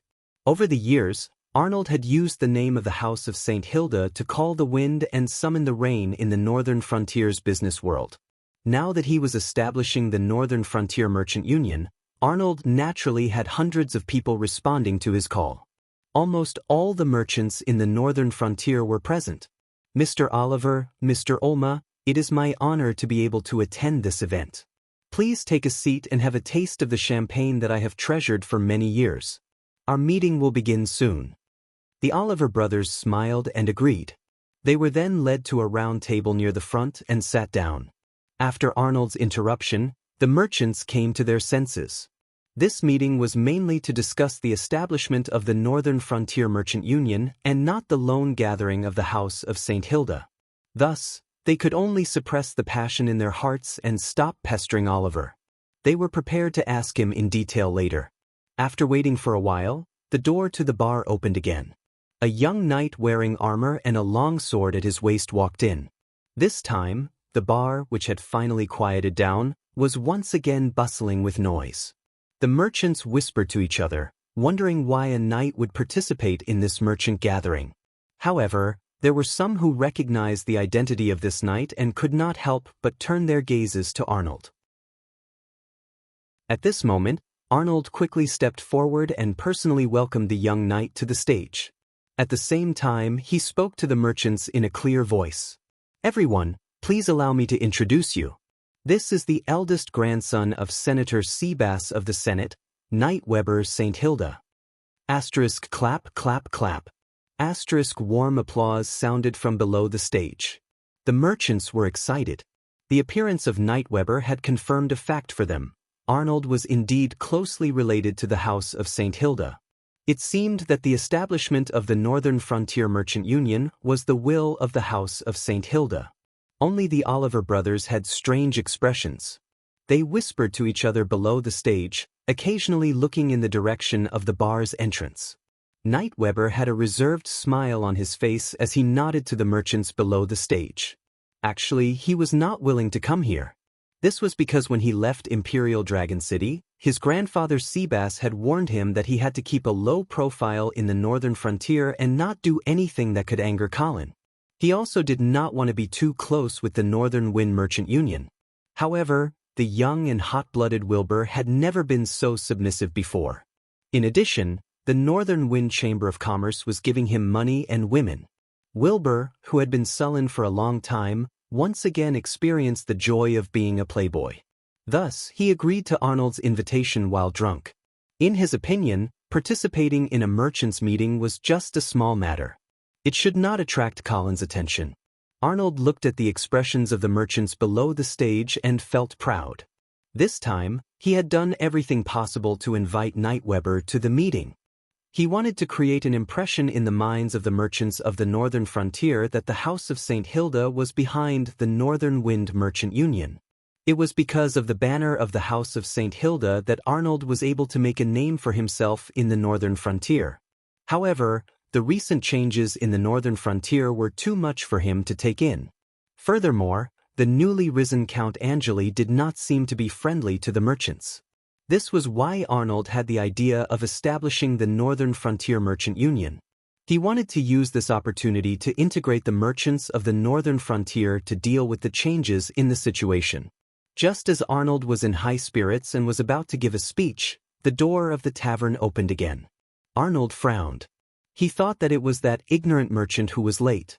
He was about to scold him, but when he saw the handsome face of the person who walked in, he was stunned. Knight Weber, who was already seated, immediately stood up. He wiped the beer foam from the corner of his mouth and clasped his left hand on his chest. He stuttered as he saluted the person who came in. Count Angeli. Colin walked into the meeting hall with large strides. He laughed as he walked. Why didn't anyone inform me of such a lively meeting? Chapter 350. Arnold carefully bowed and greeted him. He suddenly had a bad premonition. Colin came in front of Nightweber and patted him on the shoulder with a smile, saying, "Nightweber, I didn't expect you to have so many merchant friends in the northern frontier. Actually, I was only invited by Mr. Arnold to attend the gathering. I don't know anyone else." Nightweber replied with a stiff expression. He suddenly realized that he had been used by Arnold. Moreover, he had underestimated the importance Colin placed on this gathering of merchants in the northern frontier. After coming to the northern frontier, Nightweber increasingly felt the power of Colin's influence. This place was not like Imperial Dragon City. It was completely Colin's home ground. Governor Seabass's warning appeared once again. Nightweber finally made up his mind to withdraw from this quagmire. "Earl, I just remembered that there is an urgent matter that needs to be dealt with. So, please allow me to take my leave." Colin looked at Nightweber with a smile. Seeing that the other party was afraid, he could not help but feel a little regretful. However, he did not make things difficult for the other party. Instead, he nodded. Nightweber felt as if he had been pardoned. He did not look at Arnold, who wanted to say something but was hesitating. He hurriedly left. The atmosphere in the tavern suddenly changed.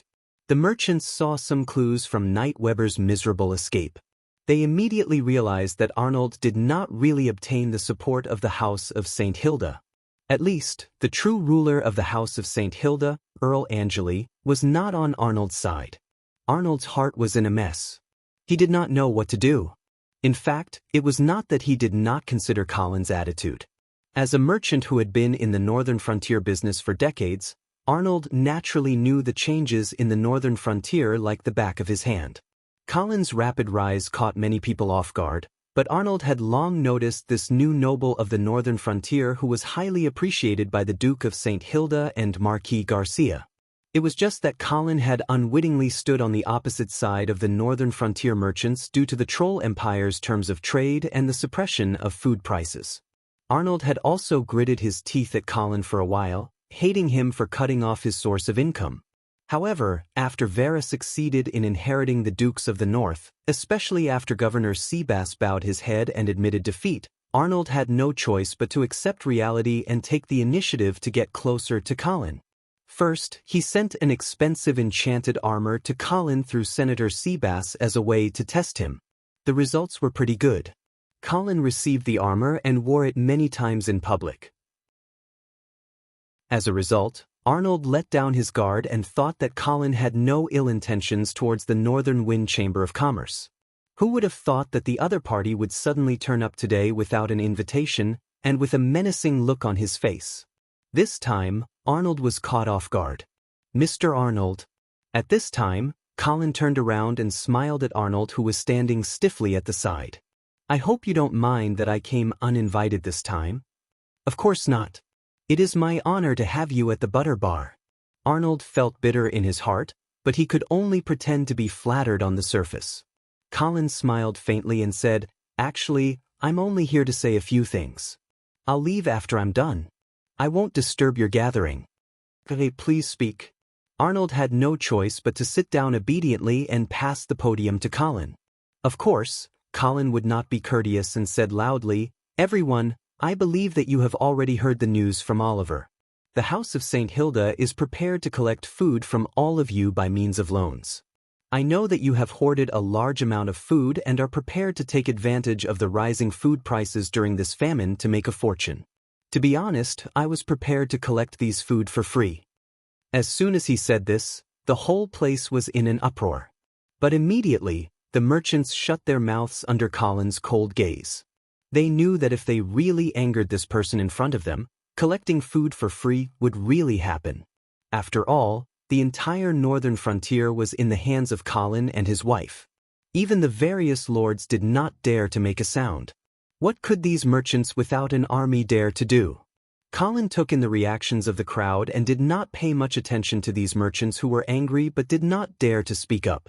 He said this because he wanted to lower the expectations of the merchants so that the following measures would not cause too much of a backlash.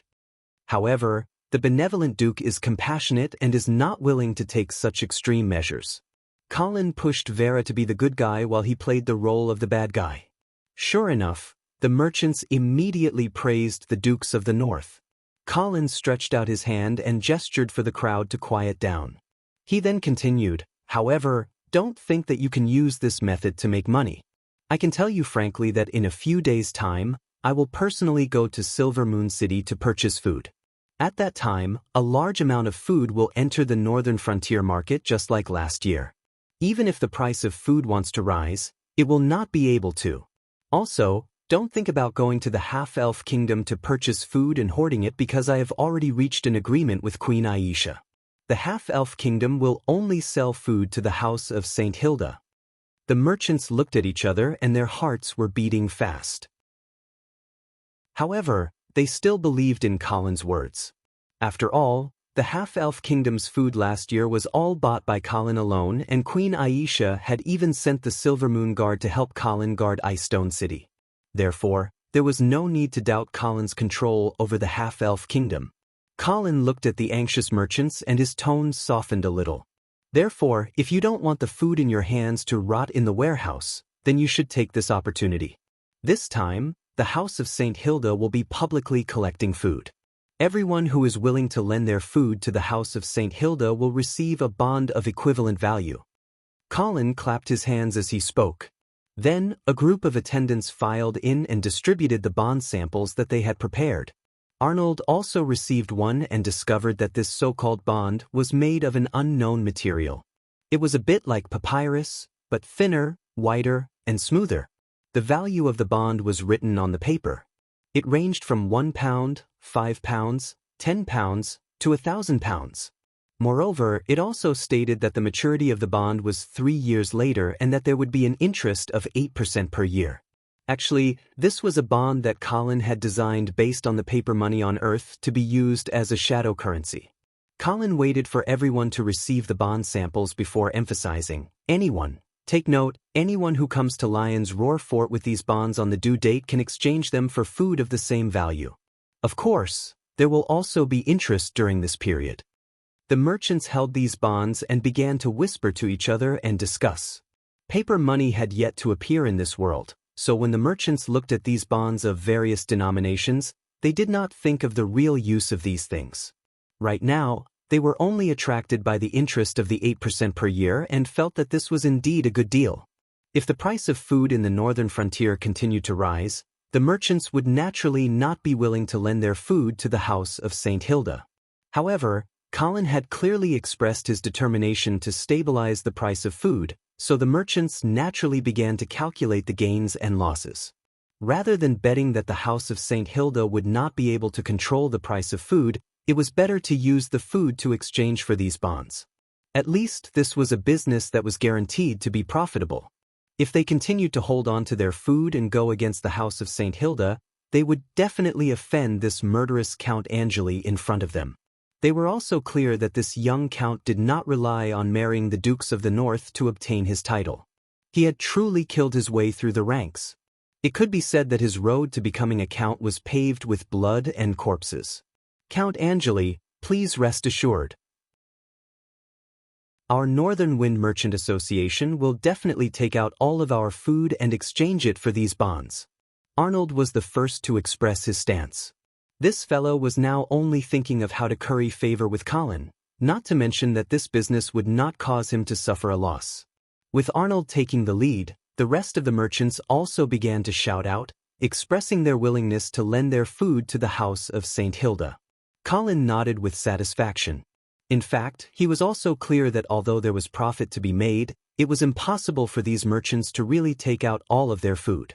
It was estimated that many of them wanted to take out a portion of their food and wait for the situation to develop before considering whether they should continue to use their food to exchange for bonds.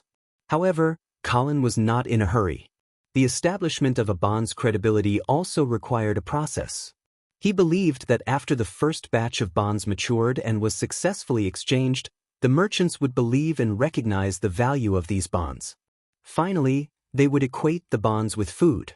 At that time, Scholar Sonny's new farming and animal husbandry system would gradually be rolled out. The market's demand for currency would also increase, and Colin could also take the opportunity to announce that bonds could be used to pay taxes. This way, the bonds would truly have the function of currency. Moreover, the merchants would gradually discover that these paper bonds were actually more convenient to carry around and trade. Thus, they would be more willing to accept bonds as a substitute currency. In this way, the House of St. Hilda would have the actual right to mint money. Perhaps the imperial family would gradually react, but by that time, the northern frontier would have been completely developed.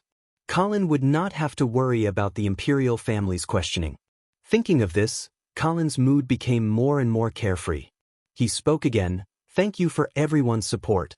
Now, I'll talk about the second matter." He looked around and finally stopped his gaze on Arnold's face. He said with a smile, "Don't worry." He smiled and said, "I'm preparing to establish a Northern Frontier Foreign Trade Company. If everyone is willing, they can invest in it." Chapter 351. The Northern Frontier Foreign Trade Company? Hearing such a new term coming out of Colin's mouth, the merchants were confused and looked at each other in dismay. Arnold, who was being stared at by Colin, suddenly felt an inexplicable sense of panic. "Weren't you complaining that the preferential tax policy I agreed on with the Troll Empire wasn't extended to the entire northern frontier?" Faced with Colin's questioning, the group of merchants immediately shook their heads like a rattledrum, expressing that they had absolutely no complaints. Colin smiled faintly, not intending to pursue the matter. He continued, "Thus, I intend to establish a foreign trade company that will be in charge of the northern frontier's foreign trade. From now on, apart from this company, no individual or merchant group on the northern frontier will be allowed to engage in foreign trade." Colin's words were like poking a hornet's nest, causing the entire venue to become restless. "Count, are you joking? Count, you can't do this. Count, you'll ruin the business world of the northern frontier." At this moment, the merchants no longer cared about the difference in status and all expressed their opposition to this proposal. After all, the profits from foreign trade were plentiful, so how could the merchants give it up? For these benefits, they would be willing to go to the gallows, let alone resist Colin. Colin calmly extended his hands and gestured for the merchants to calm down. After the crowd calmed down, Colin continued, "Don't get agitated. I'm not trying to cut off everyone's source of income, but I want to unify everyone's strength and develop the northern frontier's foreign trade better. I don't want to monopolize this trading company, but everyone can invest in it.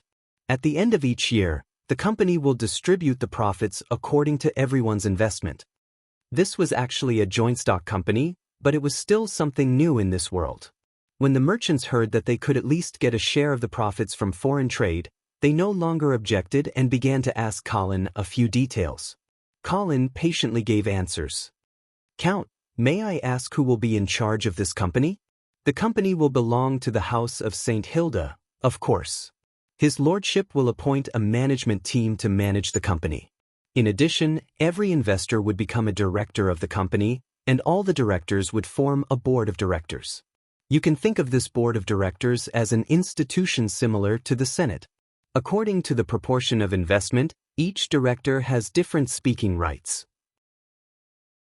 The board of directors can't interfere with the company's daily operations, but some of the company's major decisions, such as the changes to the core members of the company's management team, the implementation of large-scale transactions, accounting audits, and so on, have to go through the board of directors." Colin was prepared to firmly control the company's personnel and management rights, but some other rights, such as supervision and suggestion rights, could be distributed to the businessmen who invested. This was necessary. Otherwise, no businessman would be willing to hand over their money to an organization that was completely out of their control.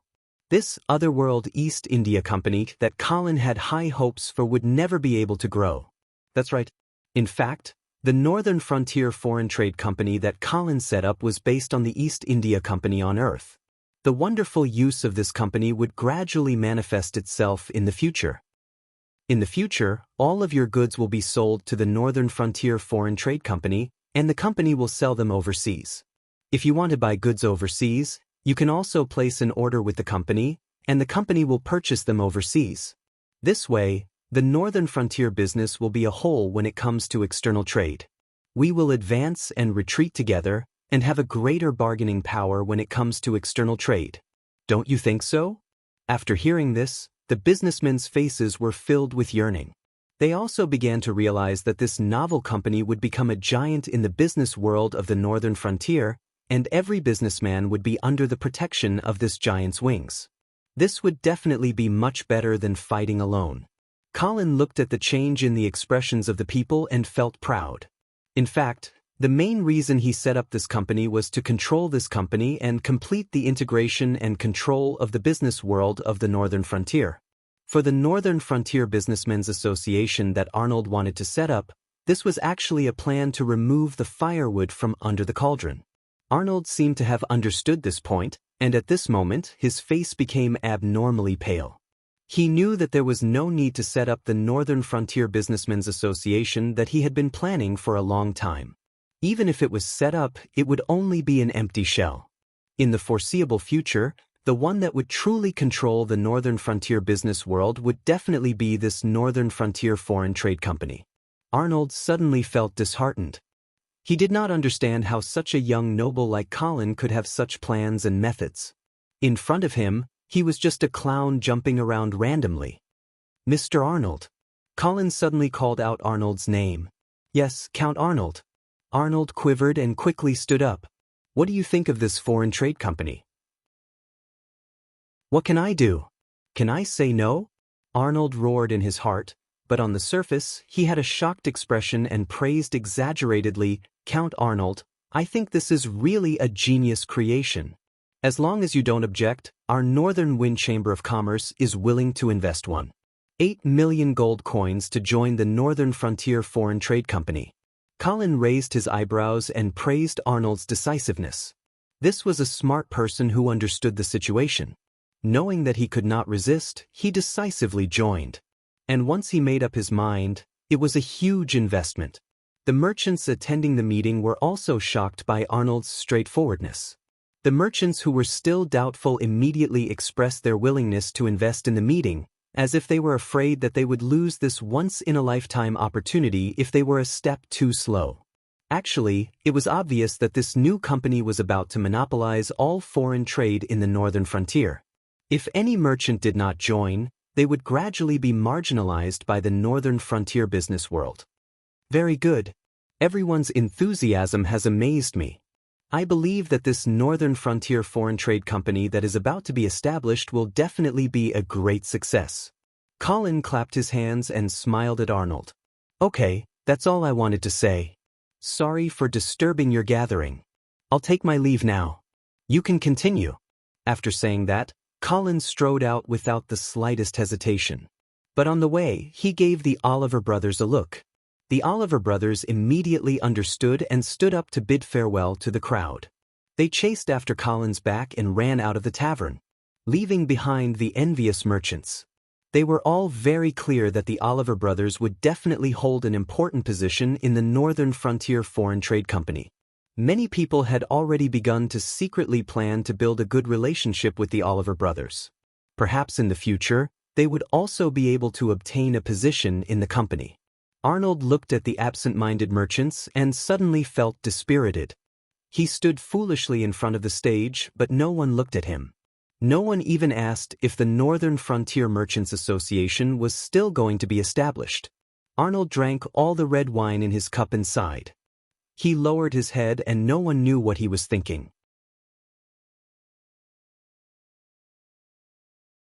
Chapter 352. Under the bright moonlight, Colin left the Butter Tavern and returned to the Lion's Roar Castle. Oliver and his brother followed closely behind and entered the castle's study. The three of them took their seats, and the maid quietly served them drinks and desserts before leaving quietly. Colin took a sip of his coffee and smiled at the two slightly reserved men. "Now do you know why I'm looking for you?" Oliver quickly straightened his back, suppressed the excitement in his heart, and nodded. "Yes, Sir Count, I can roughly guess." Colin looked into Oliver's eyes and said in a deep voice, Originally, I wanted to force you to be the president of the Northern Frontier Merchants Association, but later on, I came up with a better plan. Therefore, I'll leave that association to Oliver. As for you, after the Northern Frontier Foreign Trade Company is officially established, His Lordship will appoint you as the company's general manager and be in charge of the company's daily operations. Although he had already guessed it in his heart, Oliver was so excited that he almost could not control himself after hearing Colin's confirmation. He patted his chest loudly and expressed his determination to Colin. "Thank you, Sir Count, for your trust. I will definitely do my best to manage this company for you and the House of St. Hilda." Colin nodded with satisfaction and continued, "I have already discussed with Count Oman. The Tulip Chamber of Commerce will be incorporated into the new company, and all the assets of the Chamber of Commerce will be converted into company shares. This way, you will also have a seat on the board of directors." Oliver nodded. He naturally had no objections to such an arrangement. Although he was the president of the Tulip Chamber of Commerce, the Chamber of Commerce was actually an asset of the Oman family. Oliver was just a manager pushed to the front. The Tulip Chamber of Commerce was about to become history, but the Northern Frontier Foreign Trade Company represented a glorious future waiting for him. Oliver naturally had no complaints. "Sir Count, there is a question I don't know if I should ask." After the initial excitement, Oliver carefully asked.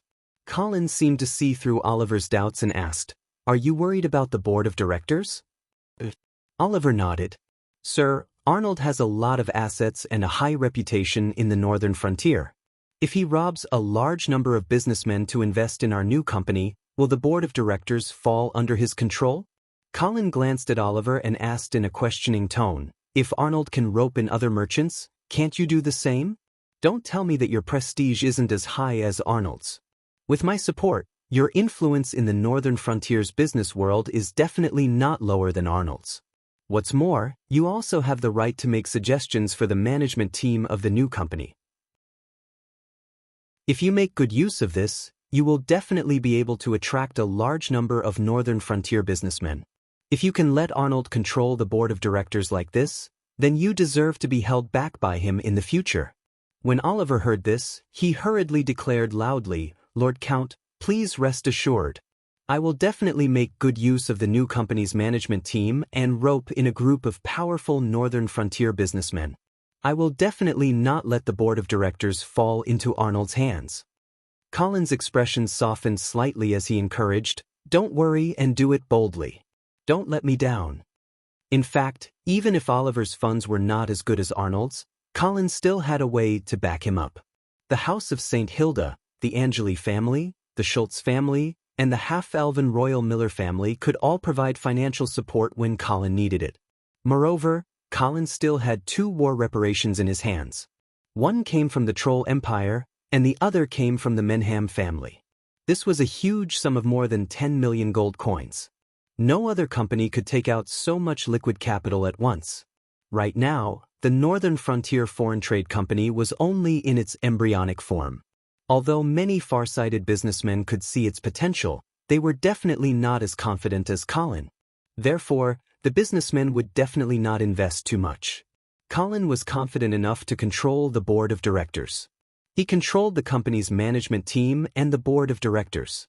This way, the Northern Frontier Foreign Trade Company would not be able to escape from Colin's hands. With this as a starting point, Colin would be able to integrate and control the Northern Frontier business community. He could even use it as a special weapon for external expansion. That's right, Colin was prepared to teach the people of this world a lesson.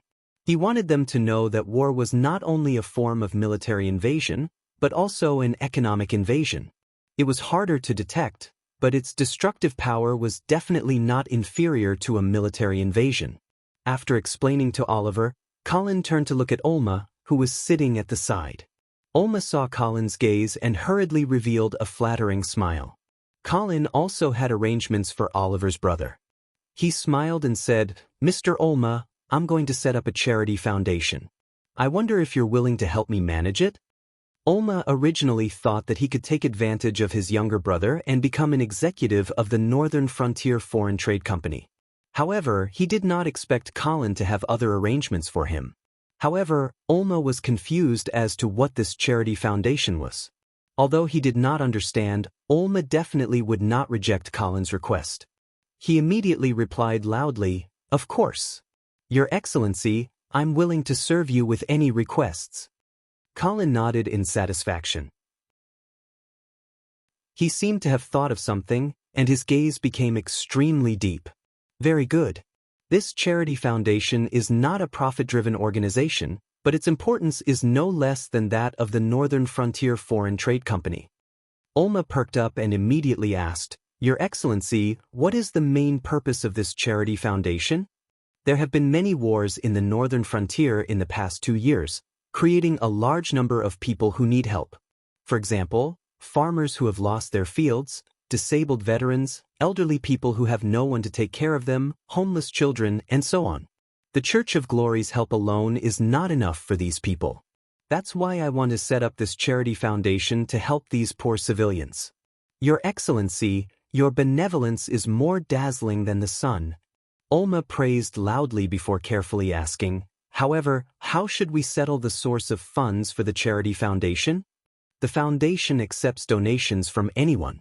Nobles, merchants, and even rich farmers can contribute to this. However, these donations alone are not enough. Therefore, the foundation needs to issue a welfare lottery. Welfare lottery? Olma repeated this new term and waited for Colin's explanation. That's right. Colin picked up a piece of paper from the desk and handed it to Olma. At the same time, he explained, "This is the template for the welfare lottery. It's made of special paper and cannot be counterfeited. There's a string of numbers written on it, and the price is 10 copper coins." Colin gave a general explanation of the distribution method of the lottery. The two brothers, who had been in the business world for many years, immediately realized the business opportunity. Olma's eyes lit up as he praised, "Your Excellency, this is really a genius idea.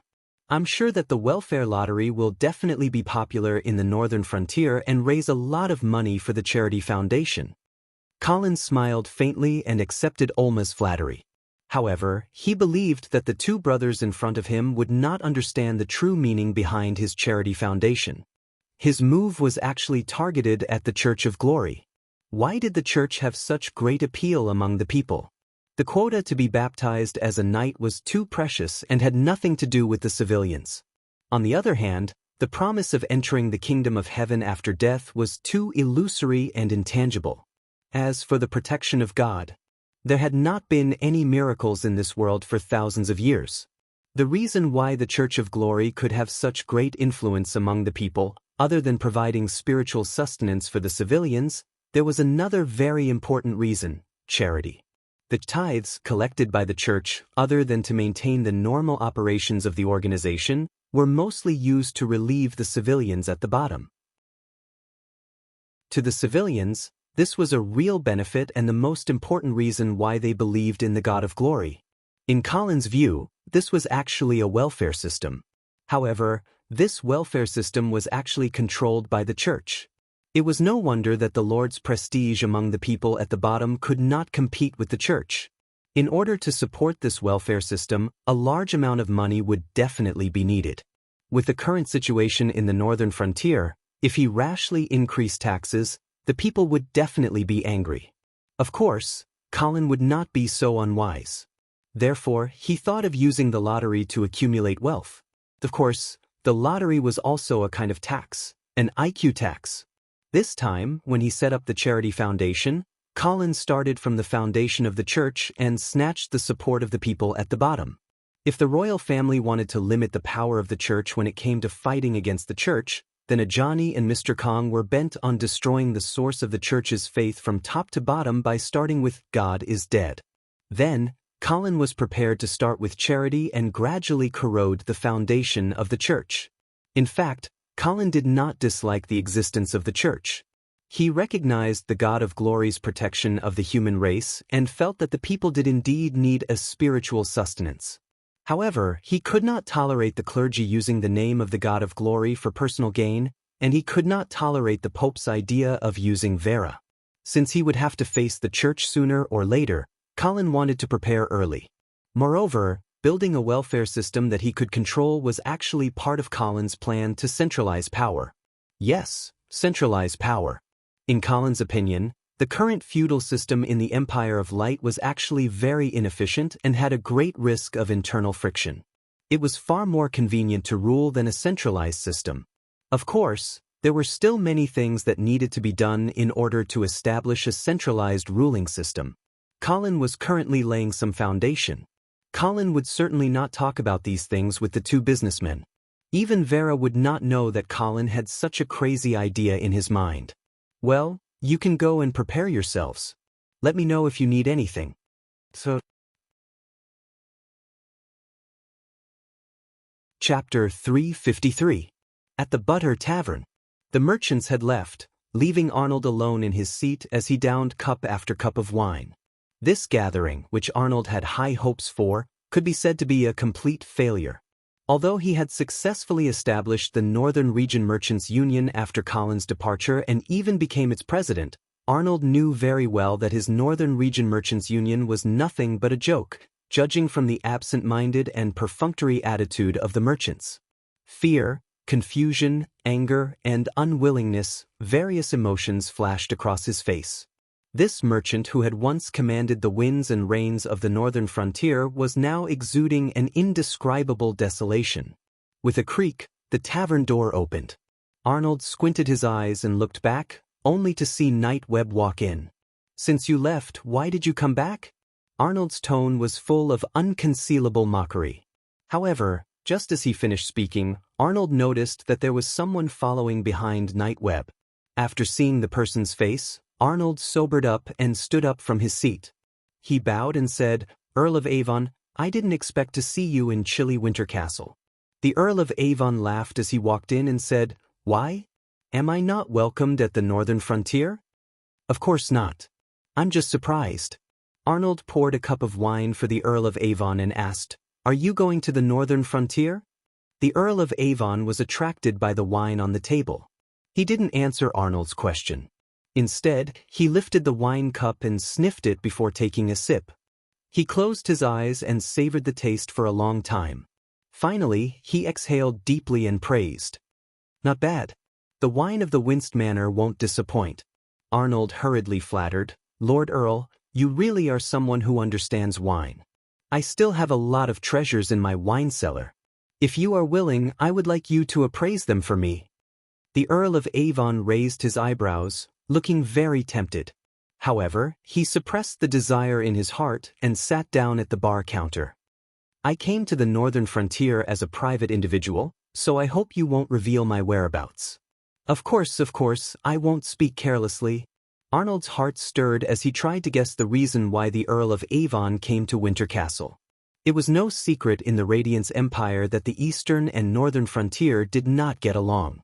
Therefore, Arnold immediately realized that the second son of the Duke of the Eastern region had suddenly met him secretly under the leadership of Knight Wilbur. He was afraid that Wilbur had other motives. However, this was also an opportunity for him. What happened tonight made Arnold understand that Count Angeli was determined to take over the business world of the northern frontier. Unfortunately, the representative of the business world that Count Angeli wanted was not him. This disappointed Arnold and angered him. However, the appearance of the Earl of Avon gave him a glimmer of hope. While he was thinking, the Earl of Avon had already finished the wine in his glass. Arnold hurriedly continued it himself. At the same time, he heard the Earl of Avon say, "I heard that Count Angeli wants to set up a foreign trade company in the northern frontier?" "Yes, Lord Earl." "Then, Mr. Arnold, do you intend to invest in this company?" "Of course. Lord Earl, I have to join. Otherwise, it won't be long before my name is no longer heard in the business world of the northern frontier." The Earl of Avon nodded and expressed his understanding, but at the same time he suggested, "Mr. Arnold, I don't know much about the specific operation of this new company. However, I think you can start from the board of directors that is similar to the Senate." Arnold rolled his eyes and said, "You mean I can try to control the board of directors?" "You can give it a try. With your prestige in the business world of the northern frontier, It won't be difficult to win over a group of businessmen and get a certain amount of say in the board of directors. Thank you for your suggestion. I will try to do it. Arnold thanked him, but he didn't think so in his heart. In his view, this Northern Frontier Foreign Trade Company was so important. How could Count Angeli let the control of the board of directors fall into someone else's hands? The House of St. Hilda didn't mind if the major businessmen invested in this new company to have a certain amount of shares and share a part of the profits. However, if someone really didn't know what was good for them and tried to snatch the control of the company from the House of St. Hilda, did they really think that those nobles wouldn't kill them? The Earl of Avon seemed to see through Arnold's doubts. He smiled and asked, "Mr. Arnold, are you worried that this will lead to the retaliation of the House of St. Hilda?" Arnold looked at the young face of the Earl of the Eastern region and thought about his current awkward situation and gloomy future. He couldn't help but nodded and said frankly, "Yes." The Earl of Avon laughed and comforted him, "You don't have to worry about this. The northern frontier doesn't belong to Vera and Colin alone." When he heard the Earl of Avon's words, Arnold's heart moved. He eagerly asked, "Earl, please forgive me for being stupid. I can't understand what you mean." However, the Earl of Avon was only focused on drinking and didn't answer Arnold's question. Just as Arnold was getting anxious, Knight Wilbur, who had been silent for a long time, suddenly said, "Mr. Arnold, haven't you heard that young Master Joyce and Princess Judy have been getting along well recently?" Young Master Joyce? Arnold wanted to say that the position of the Dukes of the North had already been decided. Could young Master Joyce still cause any trouble? However, Arnold immediately realized that if young Master Joyce could really marry Princess Judy and get the support of the royal family, then he might really be able to get out of the current awkward situation. Arnold's eyes swept across the faces of Knight Wilbur and the Earl of Avon, and his heart suddenly became excited. If the royal family, Governor Seabass, and the Eastern region all supported Joyce, then even if he couldn't become the Dukes of the North, he would definitely be able to form a force in Coldwinter City that could compete with the Dukes of the North. In that case, wouldn't he be able to seek refuge? Seeing Arnold's eyes gradually brightening, the Earl of Avon smiled faintly and said, "Mr. Arnold, are you confident now?" Arnold suppressed the excitement in his heart and said in a deep voice, "I wonder if you can arrange for me to meet young Master Joyce?" Knight Wilbur nodded reservedly and said, "If the time is right, I will arrange it." The Earl of Avon encouraged again, "Mr. Arnold, if you need financial support, the House of St. Prospero may be able to provide some help." "Thank you very much." Arnold hurriedly thanked him. "But don't be too happy." The Earl of Avon reminded him, "The House of St. Prospero's financial help is definitely limited. After all, it is difficult for me to convince my father to invest a large sum of money in a company in the northern frontier.